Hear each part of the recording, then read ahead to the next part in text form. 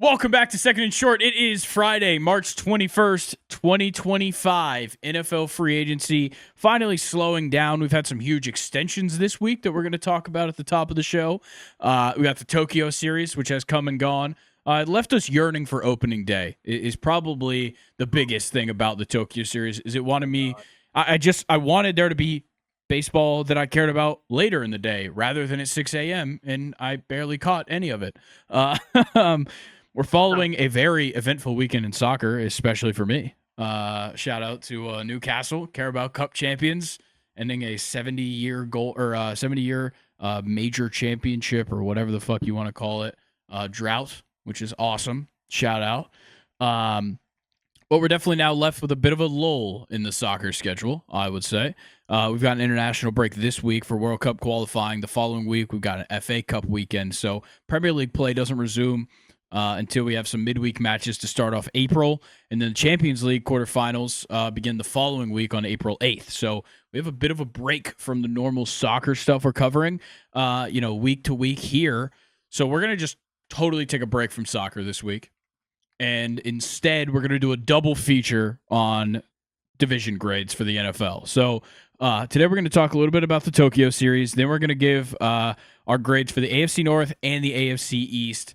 This also gives us a chance to finish out our season grades before the draft night special. We've got our AL East preview today to round off all of our division previews in baseball. And then, of course, we'll round out the show with questions time. Before we get into anything, though, Luke, how about we talk about your mock draft that just came out on Wednesday?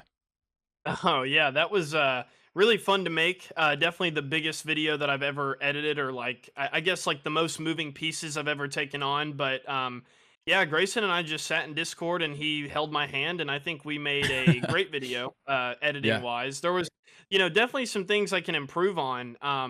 And yeah, I think it was just very rewarding to see it get posted, and like reading some of the comments on TikTok, a little bit fun as well. But yeah, it was a good video, and I'm glad that we're getting draft content Yeah. out in the world. Yeah, So and we've got a whole lot more stuff to look out for. So you can go see Luke's mock draft on the YouTube when you're done here. You can go see the graphics on Instagram and TikTok. And then we have next week, Colin's graphics are going to come out. He's not doing a whole video, but we will have a graphic on Instagram and TikTok for his mock draft coming out.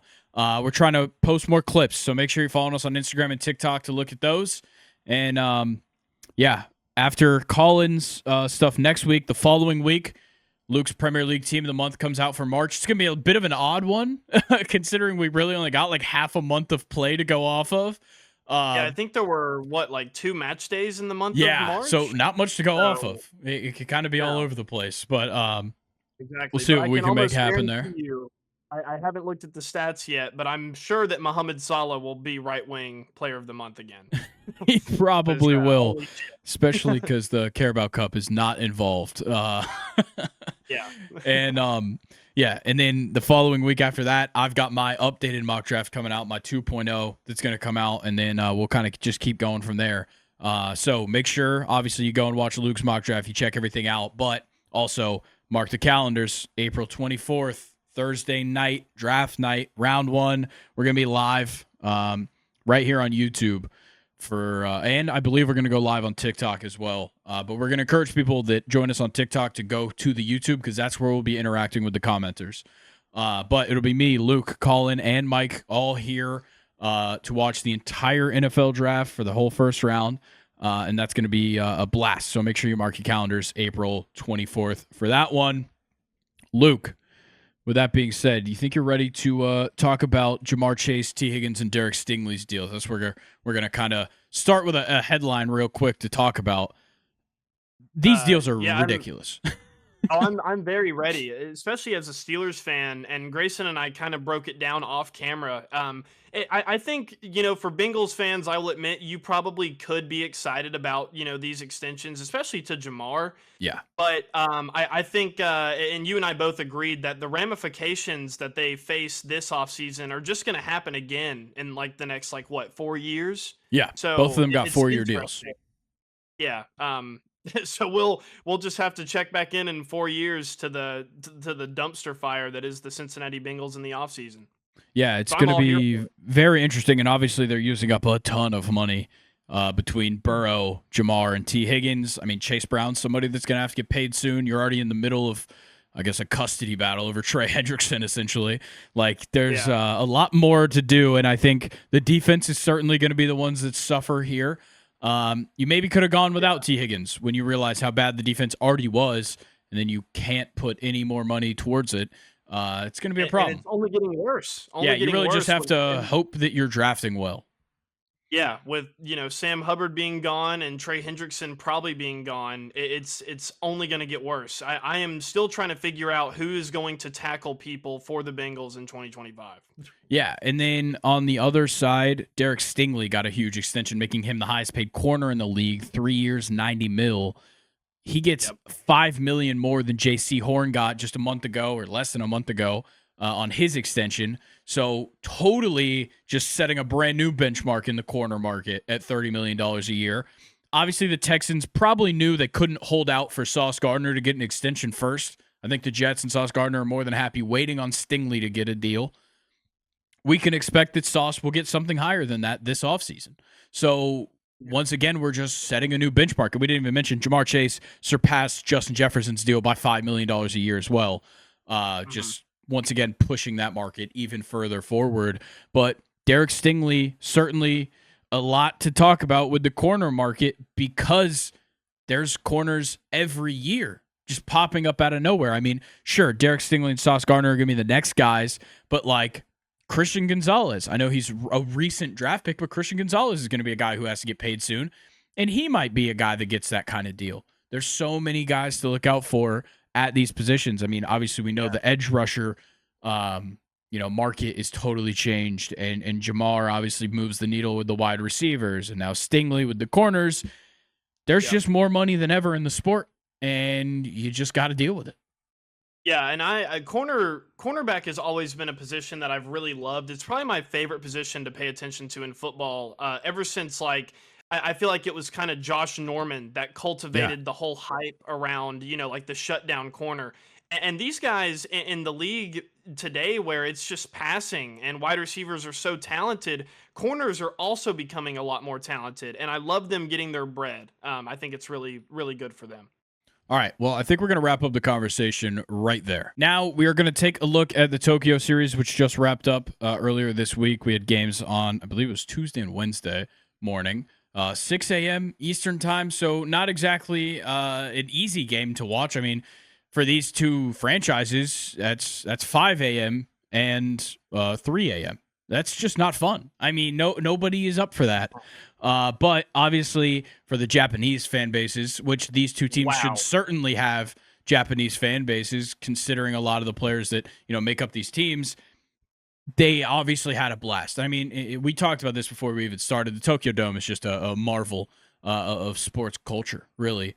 It really is. It's such a landmark, and to get to watch these games happen there is just amazing. Like, I mean, they did this Pokemon Monsters of Japan, Monsters of the MLB kind of intro thing for the first game.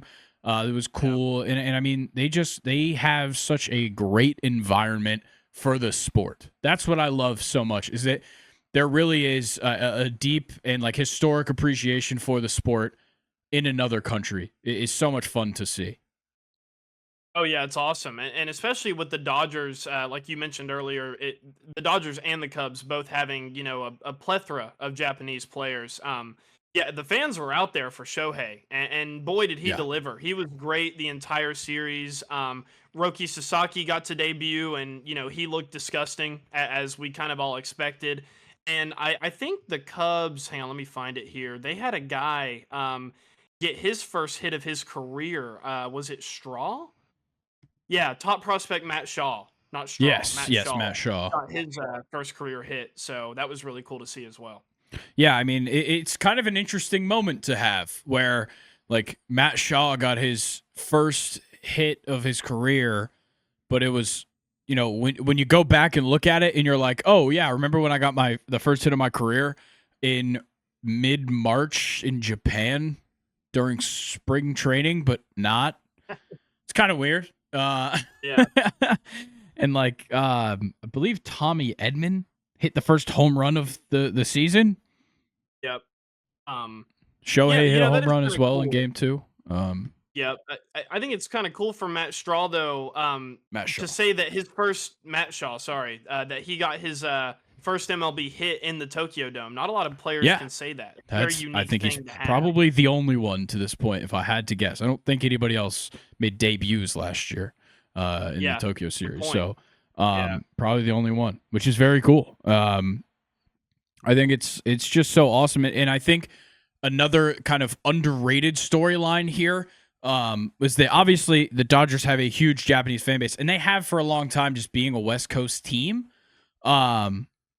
But Justin Turner also playing against the Dodgers in this game, which is pretty cool. So that's like a fun kind of thing where I saw like Japanese fans wearing like Justin Turner Dodgers jerseys, which is pretty cool. That was pretty awesome to see. There was a lot of cool things. I mean, like one thing, just to talk about the baseball here, the Dodgers did not roll out the best lineup possible. I mean, we didn't see a single bit of Mookie Betts or Freddie Freeman. I don't know when we will see them. I don't know if they just felt like they weren't ready.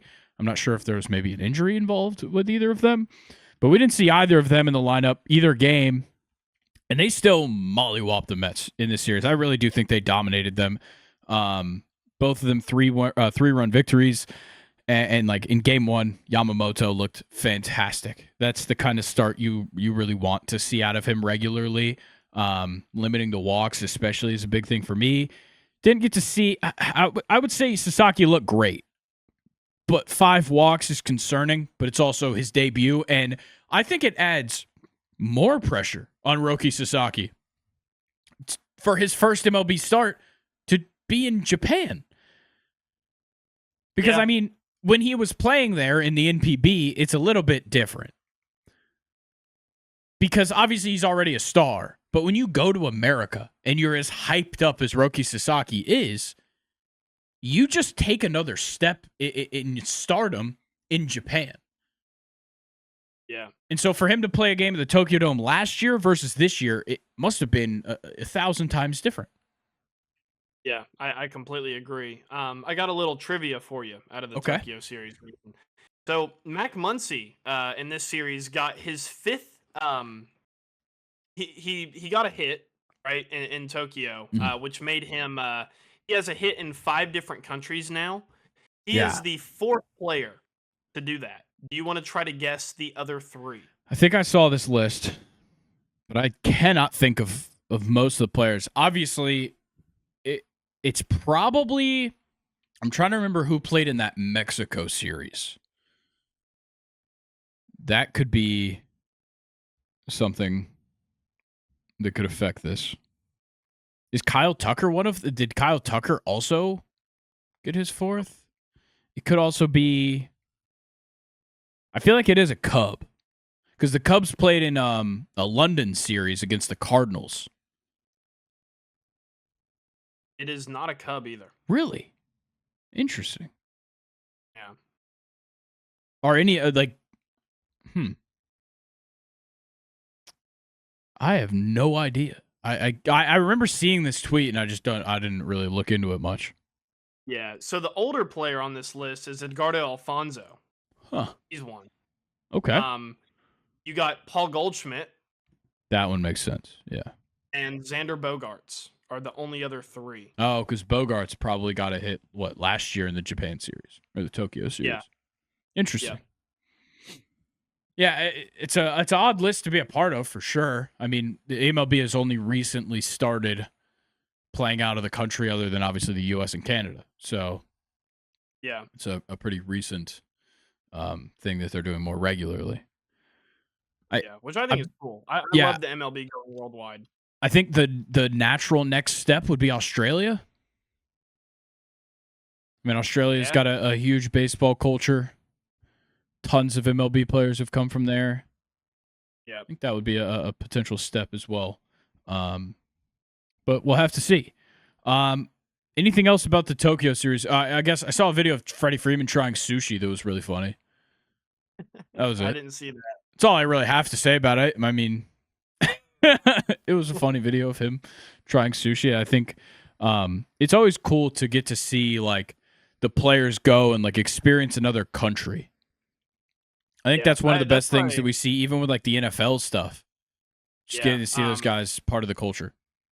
When I was watching Trevor Bauer's vlogs a lot more consistently when he played in Japan, he would always vlog on his off day. Like he would go and visit, like landmarks in Japan, which I thought was cool. And like vlog, like going to like zoos and like, just like different areas. That was really cool.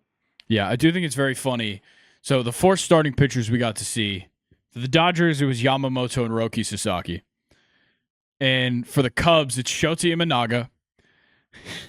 And then Justin Steele, who is from a city in Mississippi with a population of less than 500 people. Shout out Justin Steele. Yes, shout out to Justin Steele, who looks just like a guy who lives in the middle of nowhere in Mississippi. I mean, he's grown the beard and the hair out. It's pretty crazy. Yeah. It looks insane. Anything else we need to cover for the Tokyo series? Nah, I'm just ready for, the actual baseball season. Yes, which is next week. Opening day next week. Very excited. So as you're listening to this, it's less than a week. Yes, less than a week until baseball starts. On to our AFC North season grades. We got a doubleheader today, so first we're going with the North, then with the East. I want to start this off talking a little bit about our preview. Because we do kind of have to base these grades a little bit off of our expectations heading into the season for these teams. It's safe to look whenever you preview divisions, you're gonna hit something, and you're also gonna make some bad takes. If I had to guess, I mean, for starters, I took a lot of these ones. I took just some quotes. I said I'm not falling for the Browns this time. As in, like, I'm not falling for people having any hype on them, which people did leading into the season. I don't know why. And I still put them third place. So that didn't work out. I did say this, which was a good one. I don't know why I said it this way, but I did say it this way at the time. I can't not believe in Joe Burrow and Jamar Chase to do something good. That was an understatement. They did something very good, I would say. I mean, Jamar was like, he probably could have been MVP if it wasn't for, everybody else around him being good. Like, he's probably like 5th favorite, in my opinion. I mean, for Offensive Player of the Year, yeah. But, he was great. Shout out to you. You got the standings correct. After a mid conversation switch of the Bengals and Browns. I had a perfect read on Derrick Henry. No, not trying to brag, but I did. You said, and this was a direct, like, you said one thing and then I said this back. You said he showed signs of slowing down last season, and I said that this offense works better for him. I think you could argue that it probably does. I mean, we didn't see him deal with any kind of slowing down. That was for sure. Hey, both of those statements were true, though. He was kind of slowing down, with Tennessee in 2023. Yeah. But yeah, dead wrong there about Derrick Henry. Yeah, big miss for me, though, on running backs. I said I'm buying into Najee Harris this year. So that didn't work at all. But I think that's a fun way to start off these division grades. So I'll keep doing that for the rest. I have some for the East as well. So once again, can't remember. Do we start at the bottom or the top? Bottom. Okay, 4th place team, the Cleveland Browns. What are you giving them? I think it's F. Yeah, me too. I give them an F. I mean, like I said, I wasn't believing in the Browns last season. I put them 3rd. I mean, they have so much talent on paper, especially heading into the season. But, like, good God. Like, I mean, this is what happens when you make a deal with the devil. And the devil happens to be getting 5 years, 230 fully guaranteed. I mean, and he can't even stay healthy. He's such a bastard, bro. I can't stand I hate him. Washington. Yeah, and then also, like, you throw on top of it Nick Chubb. His career's over thanks to the shoulder pads of Minka Fitzpatrick. Jerry Jeudy, useless when he doesn't have a good quarterback throwing to him. When he does have a quarterback that can throw, that quarterback also throws 3 picks. No, no shade to Jameis, but that's just his game. I mean, he had Yeah. 12. I think he had 13 touchdowns, 12 interceptions this season. Yeah, Jerry Jeudy, by far first or second best player on the Browns. Like Oh yeah, genuinely, what season he had comparatively to the rest of his NFL career. I'm actually, I'm pretty excited to see if he builds off of what he did in 2024 because he was really good. yeah. On the defensive side of the ball for that team, just an unbelievable disappointment. Unbelievable disappointment. I mean, obviously Miles Yeah, Garrett did his thing, and Denzel Ward was good, and Grant Delpit had an underrated season in my opinion. Um, for sure. but really nothing to write home about from anybody else on this defense. I mean, Miles Garrett was pretty well the only guy getting sacks. That's for sure. Yeah, finished the season with 14 sacks, I think, for him. I actually thought it was a down year from Newsome and Ward, but I think Ward with was the better than Browns, Newsome for sure. yeah, with um I don't know how to feel about the Browns defense of last year because I don't think they played very well, but how much of that was down to the offense Yeah, that and too. them just They were just on the field constantly so running the much. ball. Yeah. Um so I don't know. I definitely think that has a factor there, but then again, they still like their defensive stats were not great. They were No, dead last in interceptions, which is a which I thought problem. was interesting. Huge problem. Yeah, And you lost Juan Thornhill, so things are just going to get worse. yeah, to the Steelers actually, which I thought was kind of a strange signing by us. But Good pickup, 12th though. in passing yards against per for Cleveland, 13th in sacks.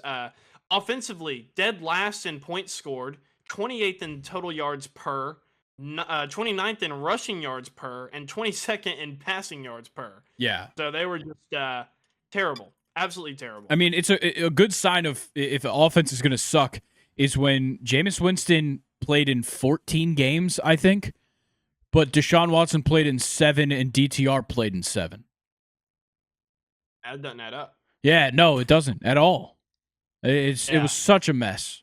Such a mess. Yeah, and I think Jerome Ford was also really, really bad. There Yeah. was Yeah. no relief for Nick Chubb being hurt, and I think that also kind of killed the team as well. Oh, it So, was awful. I mean, there's so yeah. many things for the Browns to fix, but that's a conversation for another day. Let's move on to the Bengals at 3. I give them a C minus.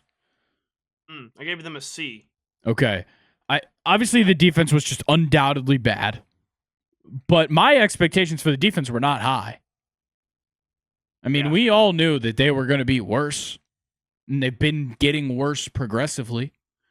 Yeah. I mean, I think outside of Trey Hendrickson with 17 and a half sacks, Jermaine Pratt had 143 tackles and 2 picks, and then Cam Taylor-Britt was just a really good corner all season long. Outside of those 3 players, nobody played No, well. nothing. And like Absolutely nobody. after the first couple weeks too, the offense wasn't even like we weren't even really sure about the offense. Then it was clear that they were one of, if not the best in the league. But the Yeah. defense just could not help them out. I mean, you got to give the credit for how good the offense was. The defense holds them back so much. This team could have been in the playoffs. It came all the way down to the last week of the season that they missed the playoffs. But with a real defense, and I'm not saying a good defense, I'm saying a real defense, this is a Super Bowl contender. I mean, look Definitely. at what the Commanders did with their defense. They made Yeah. the NFC Championship game, and it was a game for most of it with the Eagles, who went on to win the Super Bowl. Really The good point. Bengals just totally fell on their face because their defense was actually that bad. And the Bengals did it all without an 1,000-yard rusher Yes. as And well. given Chase Brown does, he put in the work. But Yeah. yes, without a 1,000-yard rusher is a big And, deal. and you also started Zach Moss for like the first like 2 or 3 weeks. I Yeah, can't which really was remember crazy. exactly like how long Crazy. I don't think it was that crazy. I That's do. actually something I have in my notes here because when Zach Moss filled in for Jonathan Taylor in 2023, he was so underrated. Dude was awesome But for the Colts nobody. in 2023. Chase Brown did the same thing when he would fill in for Joe Mixon last season. Yeah. I mean, that is true. You got to be bizarre. even with both of them. Yeah, defensively, stat wise, they were 19th or worse in every category except for interceptions. They were 8th. Yeah, it's not good.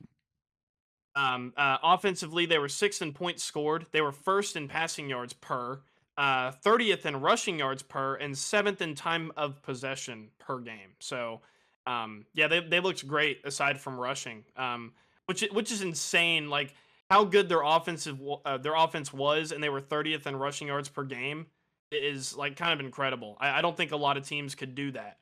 Chiefs couldn't No, do that. I mean Joe Burrow was just putting up unbelievable passing numbers. You just couldn't Yeah, deny them at all. Um, definitely. anything else before we talk about your Steelers? Yeah. How about Andre Yosevich with 6 touchdowns? Love it. Crazy season for him. Yeah, we saw Gesicki also get hot late in the year. Yeah, we did. And then I just want to say these stats out loud.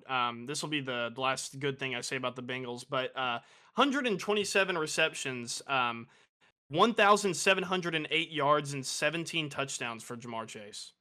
Unreal. Ridiculous season. Just crazy. Yeah. Crazy. All right, let's talk about the Pittsburgh Steelers. I gave them a C plus. I gave them a B. Okay. Yeah. I just think things could have been so much better. One thing, I think you're exactly right. One thing I want to hit on is how about Omar Khan bringing in guys like Peyton Wilson, who was 4th in tackles on our team. The trade with Deontay Johnson, where we got Dante Jackson, he was our pick leader on the year.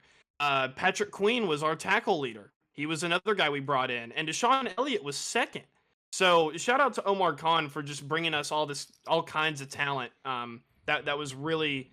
all those guys were really entertaining to watch, and they all fit in like a glove. Not OJ's glove, but a good glove. Yeah, I think my biggest thing is just that like Mike Tomlin knew that if Justin Fields kept playing, he wouldn't win 9 or 10 games and lose in the first round, so he had to bring in Russell Wilson. And then Russell Wilson did everything in his power to make sure that they lost those last 4 games. Yeah, great guy Russell Wilson is. Defense was elite, though. It's just like the same story where the offensive struggles just showed through at too many points. Yeah, and I'm going to be honest. I've seen this defense better in years past. We were 3rd in picks, which I thought was really impressive, but we were 25th in passing yards against per game. We were 6th in rushing yards against per game, 8th in points scored against us per game, but we were 16th in sacks. And as a fan of the Steelers for my whole life, that doesn't really sound like Blitzburg to me. And TJ Watt played every single game. He's been better in past years where he's gotten hurt. So I'm not too sure where that, came into play there. And it also sucked that I think Alex Highsmith, who's gotten better, he missed a lot of time in 2024 as well. So, yeah, the 16th in sacks really bothers me. Anything else you have for the Steelers? Yeah, fuck Najee Harris. I'm so glad I can finally say that. That little shit. Yeah. Oh man, he got out to the West Coast and just he just is thriving off of the media attention of shitting on us. Have you seen the stuff? Oh, sorry. Go ahead. Well, it's just I can't believe that. Like we loved him in Pittsburgh. I thought that for an LA kid to come to the East Coast where it's cold weather, I thought we did a great job of taking care of him as a fan base, and for him to just kind of turn around and just really have nothing good to say about like our locker room. I think he's shit talked our locker room before, which then again the NFL Players Association grades don't do us justice there either. But and he's also talked a lot of crap about our offense as well. And yeah, our offense is shit, but it's just like Najee. I thought we were bros, but we're not bros anymore. I can't stand that guy. So did you see the stuff of when Najee was in high school and Jim Harbaugh was trying to recruit him to Michigan? No. Dude, Jim Harbaugh literally went to like homecoming or something and like announced the prom or like the homecoming king and queen, I think. Why at his high school? Yeah. Crazy. I could be wrong about exactly what it was, but I literally saw a video of Jim Harbaugh in, I can't remember what high school he went to, but in the gear for that high school, and like announcing something on like the football field. It's crazy. That's pretty sick. Crazy. Yeah. But he got in trouble for like buying a kid a cheeseburger on a recruiting visit. Did he really? Yeah. Wow. Yeah. It's crazy. All right, let's talk about the first place Baltimore Ravens. I gave him an A-. Man, I actually went ahead and just gave them the A+. Wow. Okay. Then I want to hear from you first. Well, we've seen so much growth of Lamar Jackson in this offense. fifth in time of possession per game, first in rushing yards per game, seventh in passing yards per game, first in total yards per game, and third in points scored per game. Um, Lamar Jackson uh, was absolutely insane. He threw for 4,172 yards, 41 touchdowns, and only 4 picks. He rushed for 915 yards and 4 touchdowns. Zay Flowers was over 1,000 yards this year. Their tight end too, Isaiah Likely, scored 6 touchdowns. Rashad Bateman had 9 touchdowns. Yeah. Love Bateman this year. I mean, and then Mark Andrews, who, I would say he had an off year, he had 11 touchdowns. I mean, like, their offense was just insane. And I want to hear from you first before I get into their defense. But I just thought the Ravens were probably the best team in the NFL. Yeah. So. I wouldn't say they were the best team in the NFL. I think the individual performers were better than the actual team's overall performance. I think that's what it came down to when I saw the Baltimore Ravens. Sure, guys had big games, but, and I know you said you were about to get into the defense. I'll kind of give my take on the defense. I don't think they were the elite defense that we look forward to. That's my biggest problem with what we saw from Baltimore. In past years, we've seen them as like the defense. They just weren't that this year, in my opinion. And the close games were a huge issue to me. I mean, you start off the year a heartbreaker with the Chiefs, an awful showing versus the Raiders that you lost, close one with the Cowboys, so you kind of put things in question. You shut everyone up by smacking up, like just absolutely killing the Bills. And then you follow that up with 2 weeks of close wins. Then you get, like, later in the year, embarrassing loss to the Browns. It just felt like they couldn't escape these close games. And they couldn't escape these just weird moments of just, like, not being able to put everything together at times. That was my biggest issue with the Ravens. And I'll follow that up.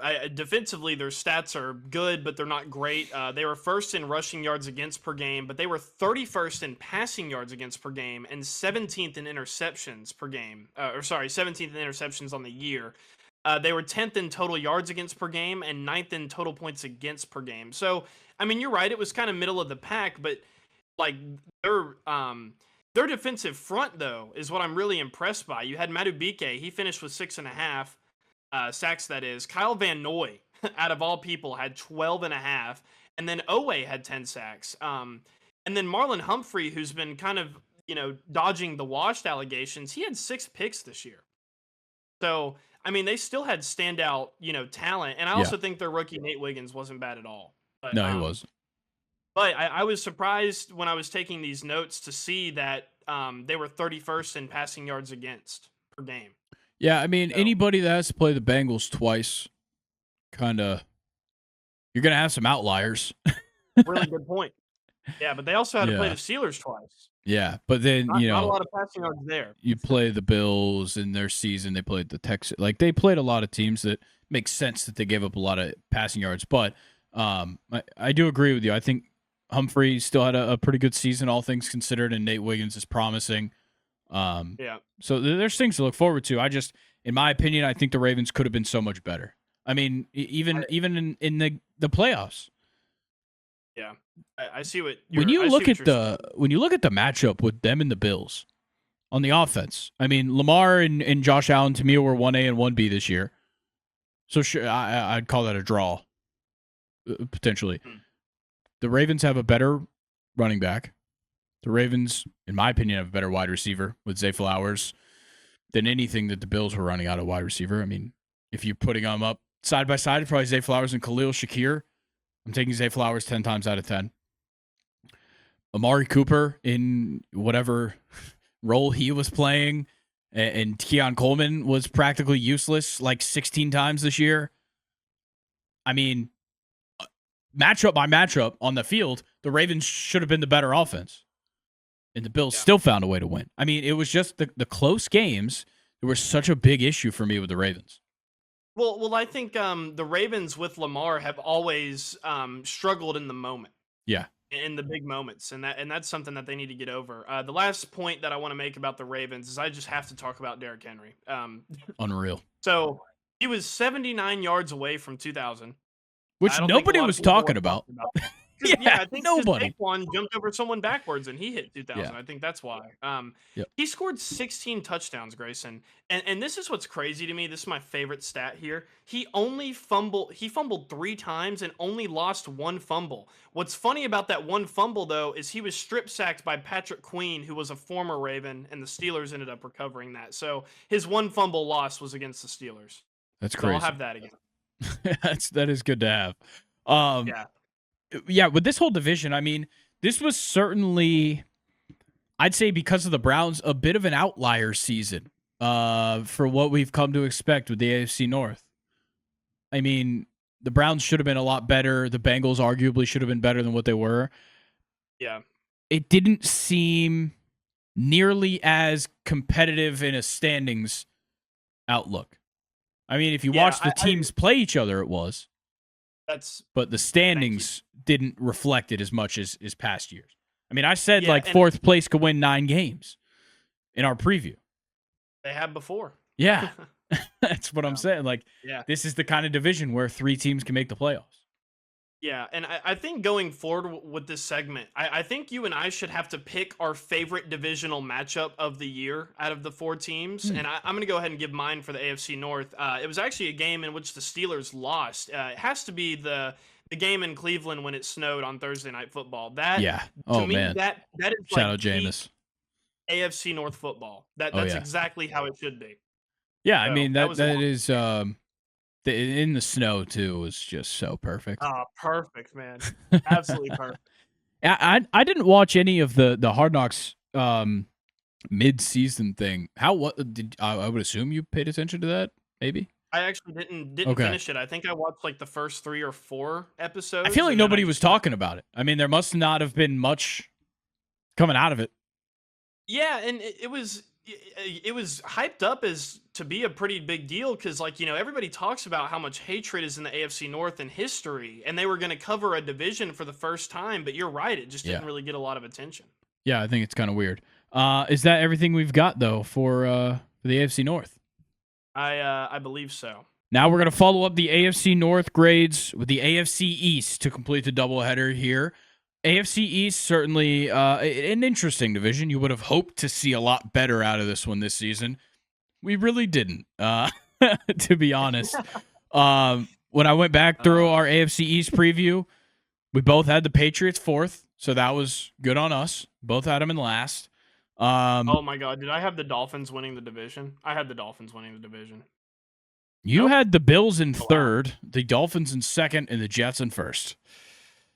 Dude, how could it have gotten worse? Oh my god! Yeah. Oh, I can't believe you just said that. That's terrible. You shouldn't have brought that up. I had Patriots, Dolphins, Jets, Bills. So I mean, I was close. Yeah. Definitely was wrong about the Jets on a lot of things. Both of us were really, even though you had them first. So. I mean, I guess you could say I might have been high on Aaron Rodgers. I think you could say that. Man. Yeah, that wasn't a good look. You were very, very low on the Bills, obviously, at putting them 3rd, but unbelievably low on the Bills. You did not like a lot of things about what they had done. You actually said, I think the defense is going to be extremely bad, which they weren't amazing, but extremely bad might have been an overstep. I want to give myself some love for one thing I predicted. I said the only pickup I love for the Dolphins is Jonnu Smith. What a take that was. Yeah, he ended up going crazy. He balled out. Nowhere. Yeah, shout out. Yeah. Okay, let's start off with our 4th place team, the Patriots. What are you thinking for the Patriots? I think they're tough to grade. I know they were abysmal, but I think they're tough. Z. I gave them an F. Maybe I could have accounted for Drake May kind of coming and looking good. That's where my grade is from. I give him a D+. I'm actually being a little optimistic. Maybe for unconventional reasons, mainly the silver linings that we saw. Because of how bad you are, you got Mike Vrabel. That's a huge silver lining. You were bad enough to get Mayo fired, which needed to happen, which set up this incredible offseason, which is just an unfair way for me to grade this team. I'll hand up, sure. But also, I think the groundwork is there for what can be a successful team. I mean, Yeah. Drake May got his chance, and I actually liked what I saw a lot of the time. I think he was extremely fun to watch. I think second halves were a little bit weird. Like, it almost felt at times they were just trying to lose. Especially in the second half of the season. There was just something about watching them play where it's like, what happened to the team that I was watching in the first half? It was crazy. Yeah.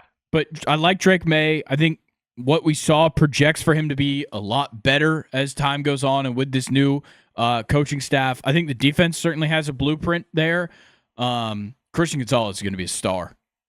That was one guy that both of us were high on in our preview that we definitely were right about. But with all that said, they just weren't good. That's kind of the biggest problem. They just weren't good. They didn't have enough players. They were good.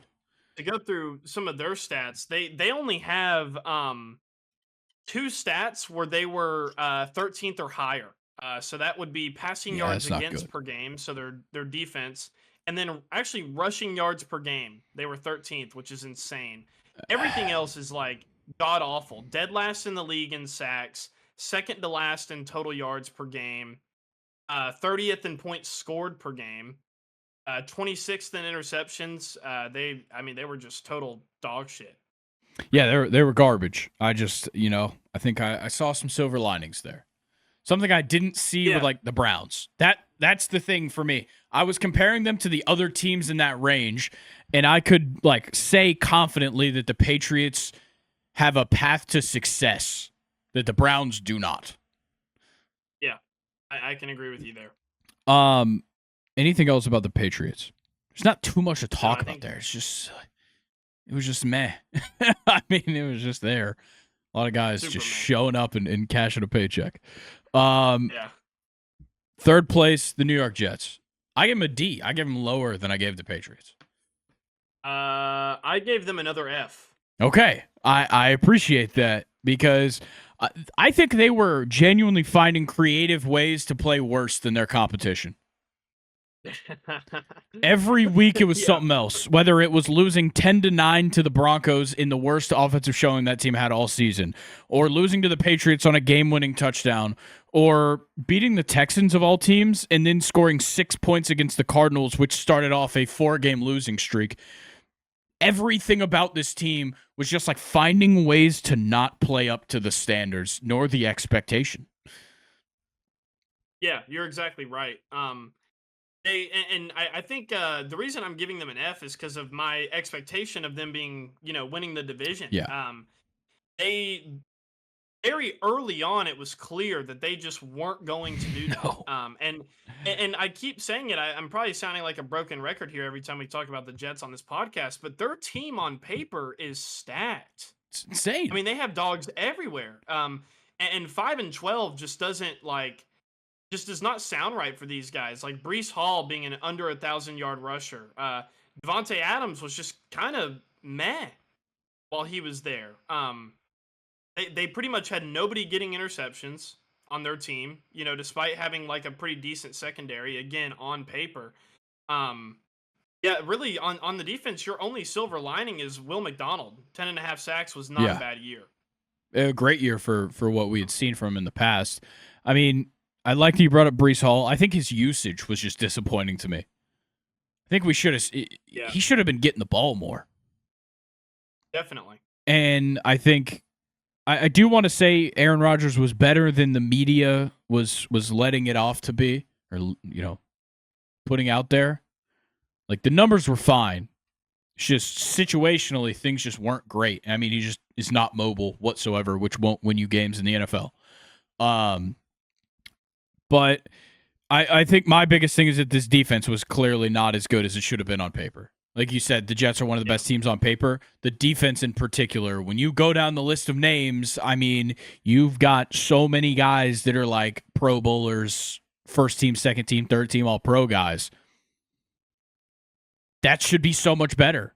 They really should. And it's not like they put together some kind of super team. These are guys that they drafted. These are guys that they've had for years if they didn't draft them. And it still looked bad. I mean, there was so many issues. And it's clear that the coaching change is why, it's clear that the coaching change happened because of that kind of thing. Yeah, I'm going to throw some interesting stats at you here, though, for the Jets defense. They were actually third in total yards against per game, top 3 in the league. They were fourth in passing yards against per game. And obviously, Sauce Gardner, DJ Reed, that's going to be the case. Should be. Yeah, for sure. And I want to throw in Michael Carter. He's a good slot corner for them as well. They were 31st in rushing yards per game with Breece Hall. Unbelievable. That just shouldn't be the case. And Braylon Allen, who had some decent performances. Yeah, true. Braylon Allen as well. Yeah. Yeah, it's just everything about them was just unbelievable that they were just not performing. It made no sense. But then as we got through the season, it was just like more and more clear, like, oh, this team's just not going to win this week. Yeah. It was crazy. Yeah. One last thing I've got about the Jets is that Mike Williams, what a weird thing that was. Oh, yeah. I mean, we were going into the season talking about how Garrett Wilson has to get used to playing with a good wide receiver on his team. And we were talking about Mike Williams. He got no receptions. Yeah, and then he went to the Steelers to prove everybody wrong and really didn't. He scored one, game-winning touchdown? Yeah, he had a couple big plays. But he just really was a non-factor. One thing I want to bring up about Breece Hall, though, that I think is kind of interesting, 483 receiving yards. Yeah, they did utilize him that way, which I did like. Not bad. I did like that part. Yeah. Are we ready to move on to the Dolphins? Yeah, let's move on. I give him a C-. I think, once again, the expectation was higher for me. Gave them a D. Okay. Yeah, I think I was being a little less harsh, but I appreciate the grades that you're giving these teams. Yeah. I think with me, the Dolphins, I knew going into the season that Tua was not 100%, so that was obviously a big part of it, of why I didn't go nearly as low, was that I knew they were going to be missing Tua for some time, and he probably wouldn't come back great. If his head could stay on his neck, this team would be so much better. Yeah. Honestly. Like that, you're exactly right there. But the problem is that by the time Tua came back, he was slinging the ball. He was slinging the ball after a couple weeks. But Tyreek was ass. Yeah. That's what I don't understand, is how did Tua come back and look good, but Tyreek was the one not playing well. And Jalen Waddle left a lot to be desired at multiple times this season. I mean, Jonnu Smith and Devon Achane are the only two in this offense where I was just fine with how they played pretty much all season, which is crazy. Yeah, and Tyreek Hill actually finished the season under 1,000 yards, and he played every game. Yeah. So, and I know, quarterback injuries obviously are going to hurt, but when you're when you're the wide receiver that Tyreek Hill is, I'm honestly not going to cut you any slack there. I think there's a player, look at DeAndre Hopkins' whole career. Yeah. It's amazing, and never really had a quarterback. That's fair. So Tyreek Hill was just buns, and then it didn't, help him look any better whenever he whined in January. And now he's going back on his word, and he's like, oh, my kids like it in Miami. I love going to the beach. Just shut up. Figure it out. I hate that he's still going to be there. Just more proof that Mike McDaniel is he's losing that team. The defense was pretty good, I would say. Compared to what I kind of expected, they were pretty good. And despite with the injuries, it was the issue. They were clearly missing an elite edge rusher on this team. That's definitely a big part of it. They just could not sack the quarterback. They were 10th in points per game. Points against per game. They were 4th in total yards against per game, 9th in passing yards against per game, and 9th in rushing yards against per game. So pretty much all top 10 stats there. But is what really killed them, and you just mentioned it, 27th in sacks, 22nd in interceptions. So they're Yeah. not turning the ball over. They're not getting to the quarterback, which I would almost rather be giving up a shit ton of yards, but be getting to the quarterback and getting interceptions, because that's really where it matters in the league of today. Trust me, I have watched sackless football for multiple years in Atlanta. Yeah. I know how bad it is when you can't get to the quarterback. Yeah, for sure. Yeah, I mean, with the Dolphins, sure, there's a possibility that they're still a good team as time goes on, but like I've been saying for months, and I will continue to say, Mike McDaniel is not safe. I'm surprised you didn't bring up Devon Achane and Raheem Mostert, because I felt like every time we talked about the Dolphins, you were laying into them. That is something I yeah, I mean, the uses of Achane was great because you weren't using Mostert. I don't know what happened with their favor or their thoughts on Raheem Mostert. I really don't know what changed year over year. I mean, he scored a shitload of touchdowns last season, which you just can't take away. And also, this offense was missing some touchdowns this year. Oh, maybe it was yeah, the 25 that Raheem Mostert had last year, or whatever it was, is probably what you were missing. Yeah. And also, Jalen Wright, I'm standing on this one. Jalen Wright was a waste of a pick. I know he's still, he was fine. I think he's a waste of a pick. That's interesting. I actually don't mind that take. I wanted to bring this up too, as far as their receiving game. Devon Achane, he almost had 600 yards receiving. He scored 6 touchdowns. He scored the same amount of touchdowns as Tyreek Hill and had 3 less receptions. That's wild. Unbelievable. And they both played every game, which is insane. So yeah, Tyreek Hill playing every game was crazy because I think he was hurt for a couple of them and just played. Yeah. Yeah. He also did. So weird. His house caught on fire this year, right? Yeah. Wasn't that this year? Might have been the year before. I can't remember. I can't. Something's always happening with Tyreek. Was this season when he punched the guy by the boat? Over that boat thing? No. Was that this season? That was last year. Okay, I don't know. There's always something he different. Did. Tyreek Hill also got arrested this year. That was crazy. Yeah, that too. That was something that definitely happened. And that was a weird one. That was an odd one where he got pulled over. Yeah. Yeah. They ripped him out of the car, threw him out of the ground threw him onto the ground for nothing. Nothing. So, yeah. Don't like that. So maybe we can cut Tyreek Hill some slack there, because honestly, going through and talking about some of the off the field things that he dealt with, I can maybe kind of understand. You get to January, your team's 8-9, and you're just like, fuck this. Fair. But also, then again, stand on business. I mean, fucking leave. If you're gonna say you're gonna leave, leave. Or just man up. Or man up and not fucking say it in the first place. Yeah, but then again, I even feel comfortable saying man up because your house caught on fire. You got to, put on the ground by cops for nothing. I mean, I don't know. Sure. We do have to keep in mind these people are human beings outside of the sport. But definitely what you do outside of the sport is what, kind of dictates your job, really. I mean, Tyreek Hill, more than he is a football player, is a person of interest, I guess, is a person that people look to. And when you don't look good outside of the game, you don't look good anywhere. Yeah. That's the problem. Really good point there. Okay, let's talk about the Bills. Players. Oh, do you have more on the Dolphins? Sorry. Just a couple more things. Okay, hit it. Forgot that they added Jordan Poyer this year. He was second in tackles. He was good on the team. Yeah. So I guess pretty solid signing there. And then just 2 fun guys that I want to bring up that I actually totally forgot about. Odell Beckham had 9 receptions for the Dolphins this year, and Robbie Chosen had 1. Shout out. 1 reception. So yeah, doing a lot. Doing a lot. Yeah, 1 reception, 5 yards for Robbie Chosen. So let's get out of Miami. Let's go up north. Yes. Buffalo is certainly where it was at. I guess based on how you graded them at the beginning of the year, this should probably be an A+ year for you. I'm putting an A. Also an A. Okay. I think there was certainly a few times this season where I was just a little bit lost on this team.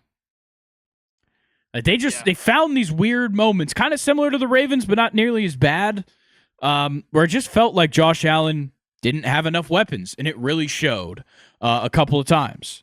And I think it's the only problem is that there's not much to nitpick when you're a 4-loss team. 3 of those losses were to playoff teams, and also you had the MVP.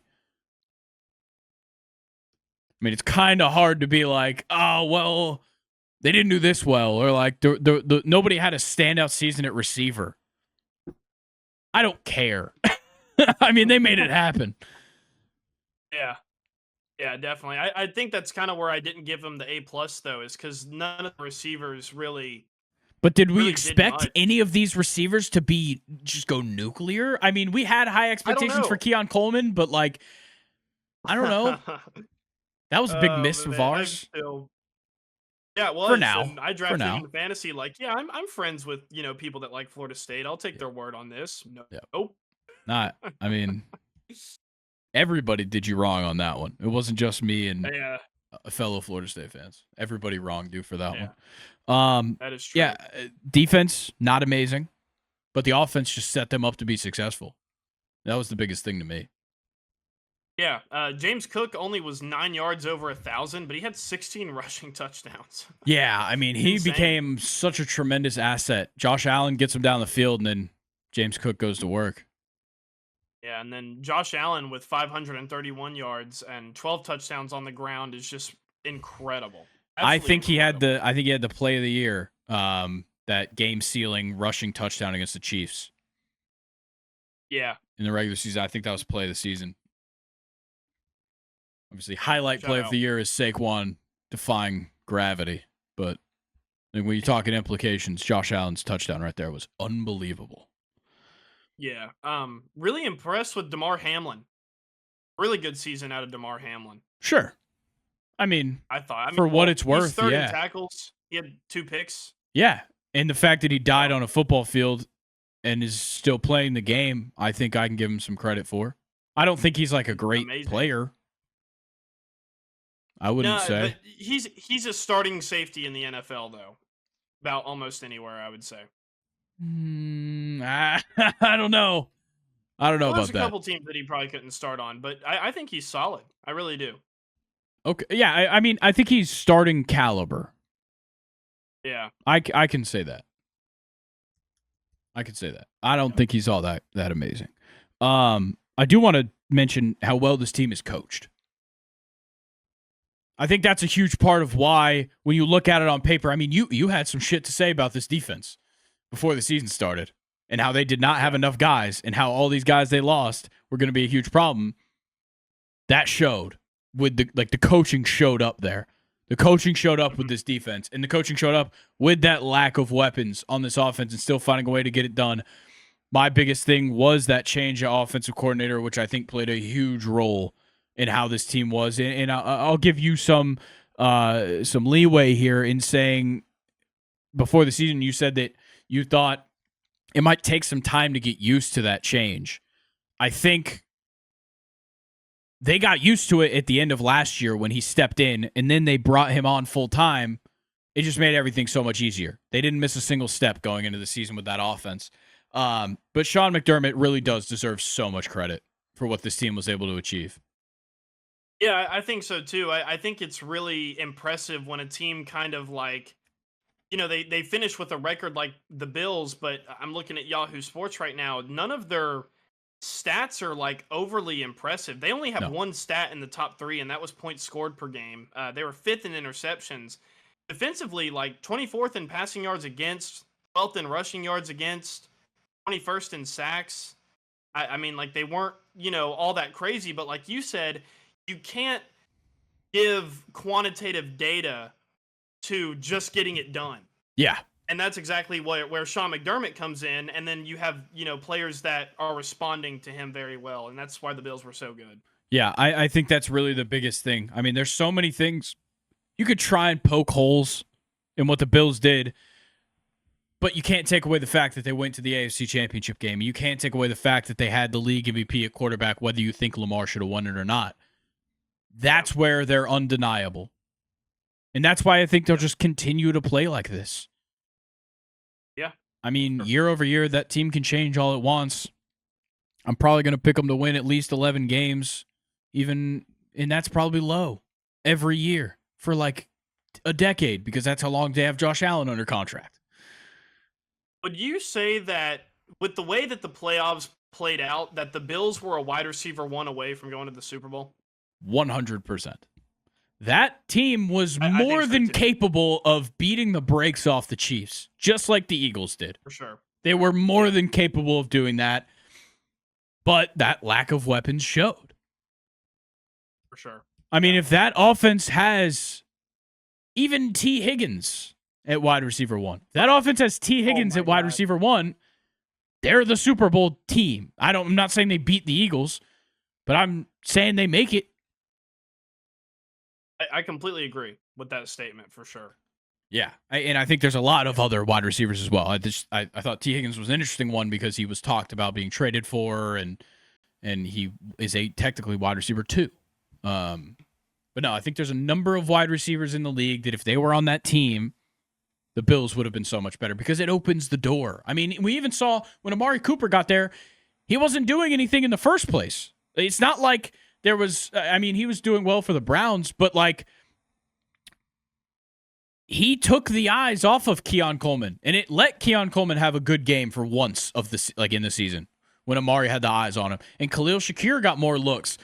Amari Cooper just sat around and did nothing, and was in like I guess accidentally one of the most important players on the offense for weeks.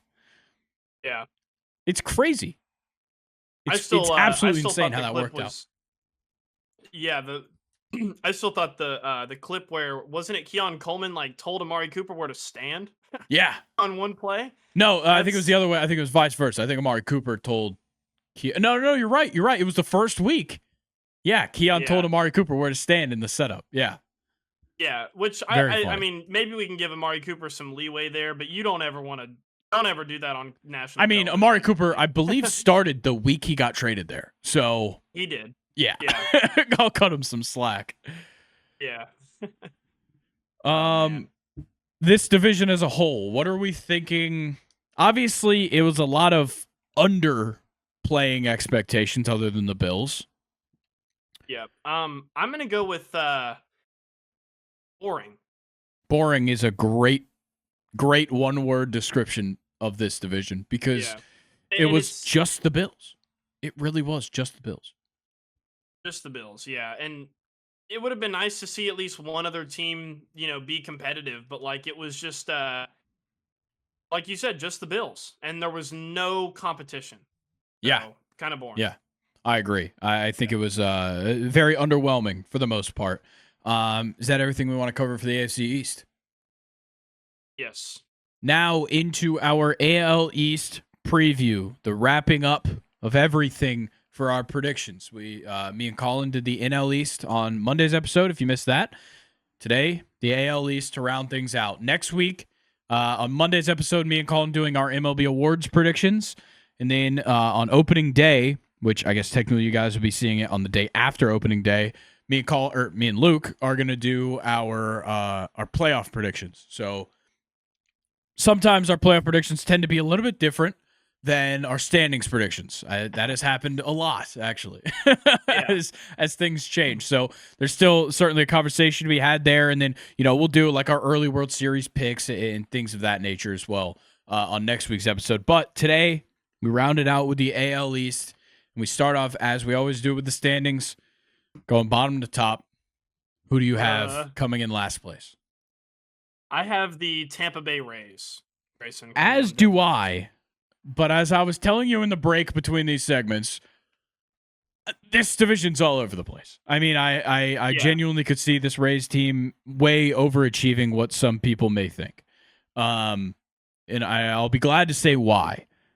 Shane McClanahan just has to be healthy. That's a win every 5 days, okay? Wow. Ryan Pepiot is one of my favorites. One of my favorite pitchers that nobody's talking about. He's been in the league for a couple of years. He was a reliever with the Dodgers. Great for the Rays last year. Was just a couple of appearances away from having an elite season. I think he was a couple shaky appearances away. He had like his first start of the year last year, I want to say, just didn't look great. And like he needs to turn a few of those 3-run games into 2-run games. And like the 2-run games into 1 and the 1 into 0. Like that's where he was missing. I want to say he only had 4 scoreless outings as a starter last year. That's a little bit of a problem. But the ERA was still sub 4. So like the groundwork's there for Ryan Pepio to be great. Shane Baz, great young player. You have guys around this team. I mean, Junior Caminero not only gave us one of the most amazing, I believe it was the Dominican Winter League clips ever. I mean, we've gotten a lot of players for the Rays that I think are starting to kind of turn a corner. In this rotation, I also like Drew Rasmussen. I think he might be hurt. Could be wrong.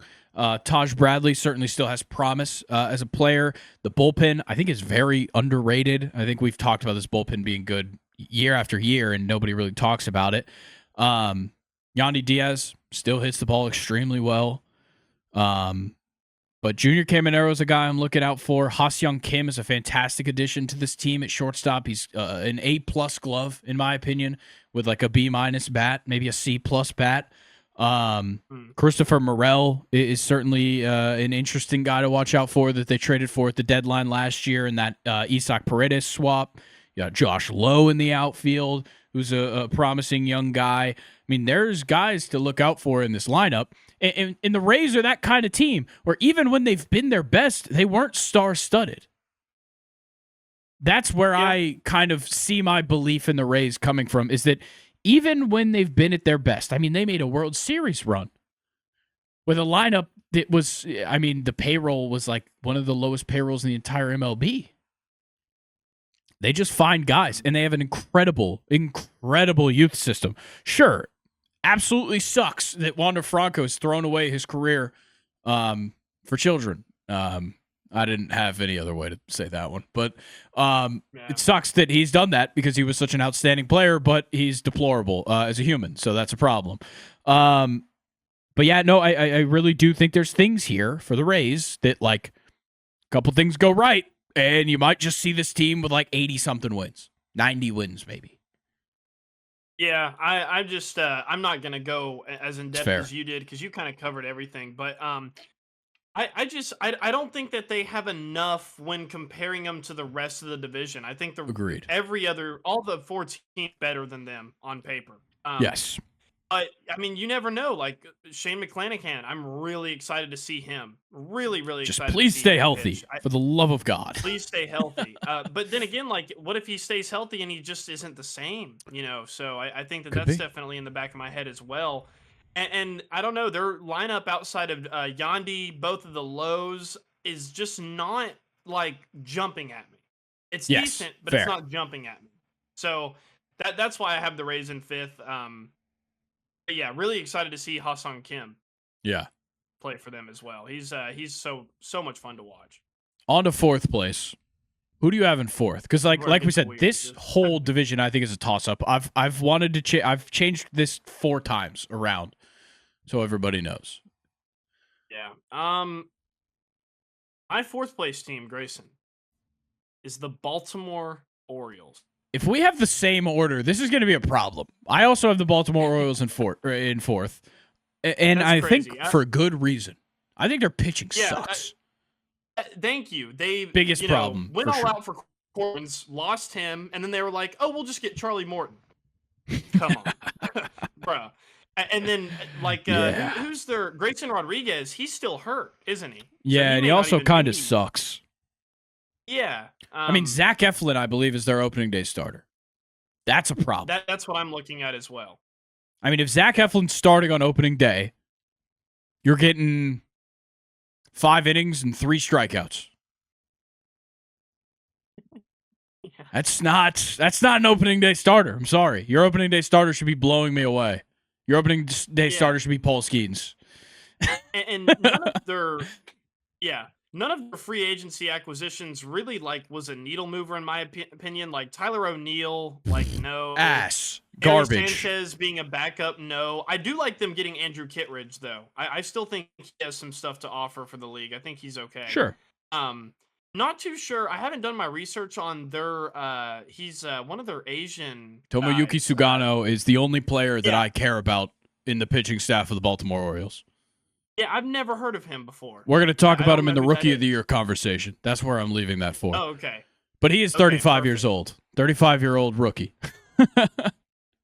Yeah, and I guess like overall arching feelings about the Orioles is a couple years ago they were just the most exciting young team in all of the MLB, but they've not gotten better since then. Yeah. What sucks is they still are. They're still young. The whole lineup is still so young. I mean, I'll go ahead and say it. Gunnar Henderson is an MVP candidate, and Adley Rutschman is probably a perennial all-star. Jackson Holiday, I think, will have a better year than what most anticipate. But I'm not that excited. I mean, you just lost a top RBI guy in the league this offseason, losing Anthony Santander. I really just don't like this outfield in general without Santander in this lineup, too. I mean, Tyler O'Neill, I'm not too high on to continue playing well at a high level. Colton Cowser and Heston Kjerstad certainly haven't given us nearly as much as we maybe wanted. I mean, Colton Cowser was good, and he'll probably still be a good piece of this team. But, like, is Cedric Mullins really still an everyday starter? I don't think so.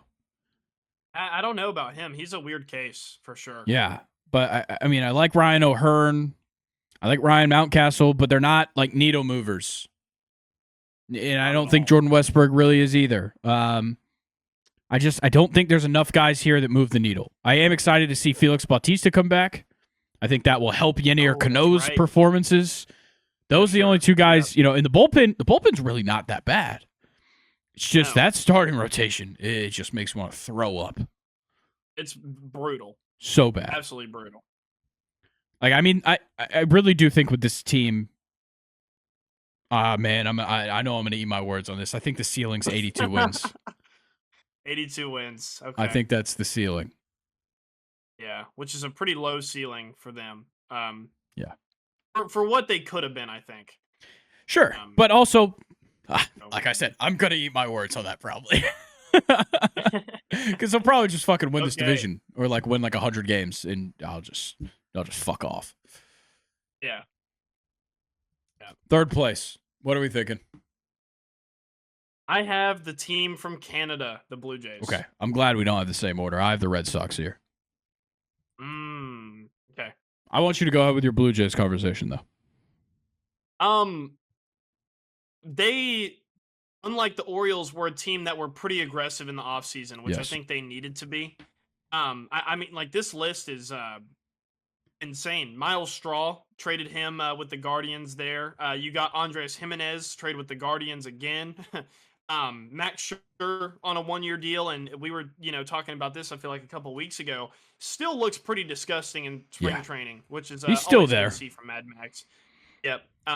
You were telling me a couple days ago that you were high on the Jeff Hoffman pickup, which they signed him for 3 years. They also signed Yimi Garcia and Anthony Santander for 5 years. Is a really, really good acquisition there. So the Rays have made really, really, really good moves this offseason to kind of help out with Vladimir Guerrero and Bo Bichette being meh players. So that's kind of my take on the Blue Jays. Yeah. For me, with the Red Sox at 3, I don't think they did enough, which sounds crazy because they made 2 big moves, bringing in Bregman and trading for Garrett Crochet. But, like, I'm not impressed by the rotation past Crochet. And honestly, I still got my own questions about Crochet because I'm not just going to let him get away with pitching less than 20 innings in July, August, and September. Mm-hmm. I mean, that's not okay. We're going to talk about the innings situation with him a lot this season. Tanner Huck, he does his thing. Brian Bayo, overrated, I would say. Walker Buehler, is he going to be the same Walker Buehler? I don't know. I really don't. I'm leaning towards no. And Lucas Giolito, I'm done ever believing in that guy ever again. I mean, I'm so out on him, and he's going to be out to start the season. And so is Brian Bayo. So, whatever.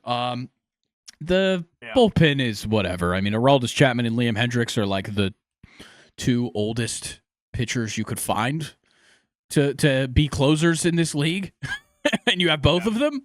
I don't know how that's really going to work.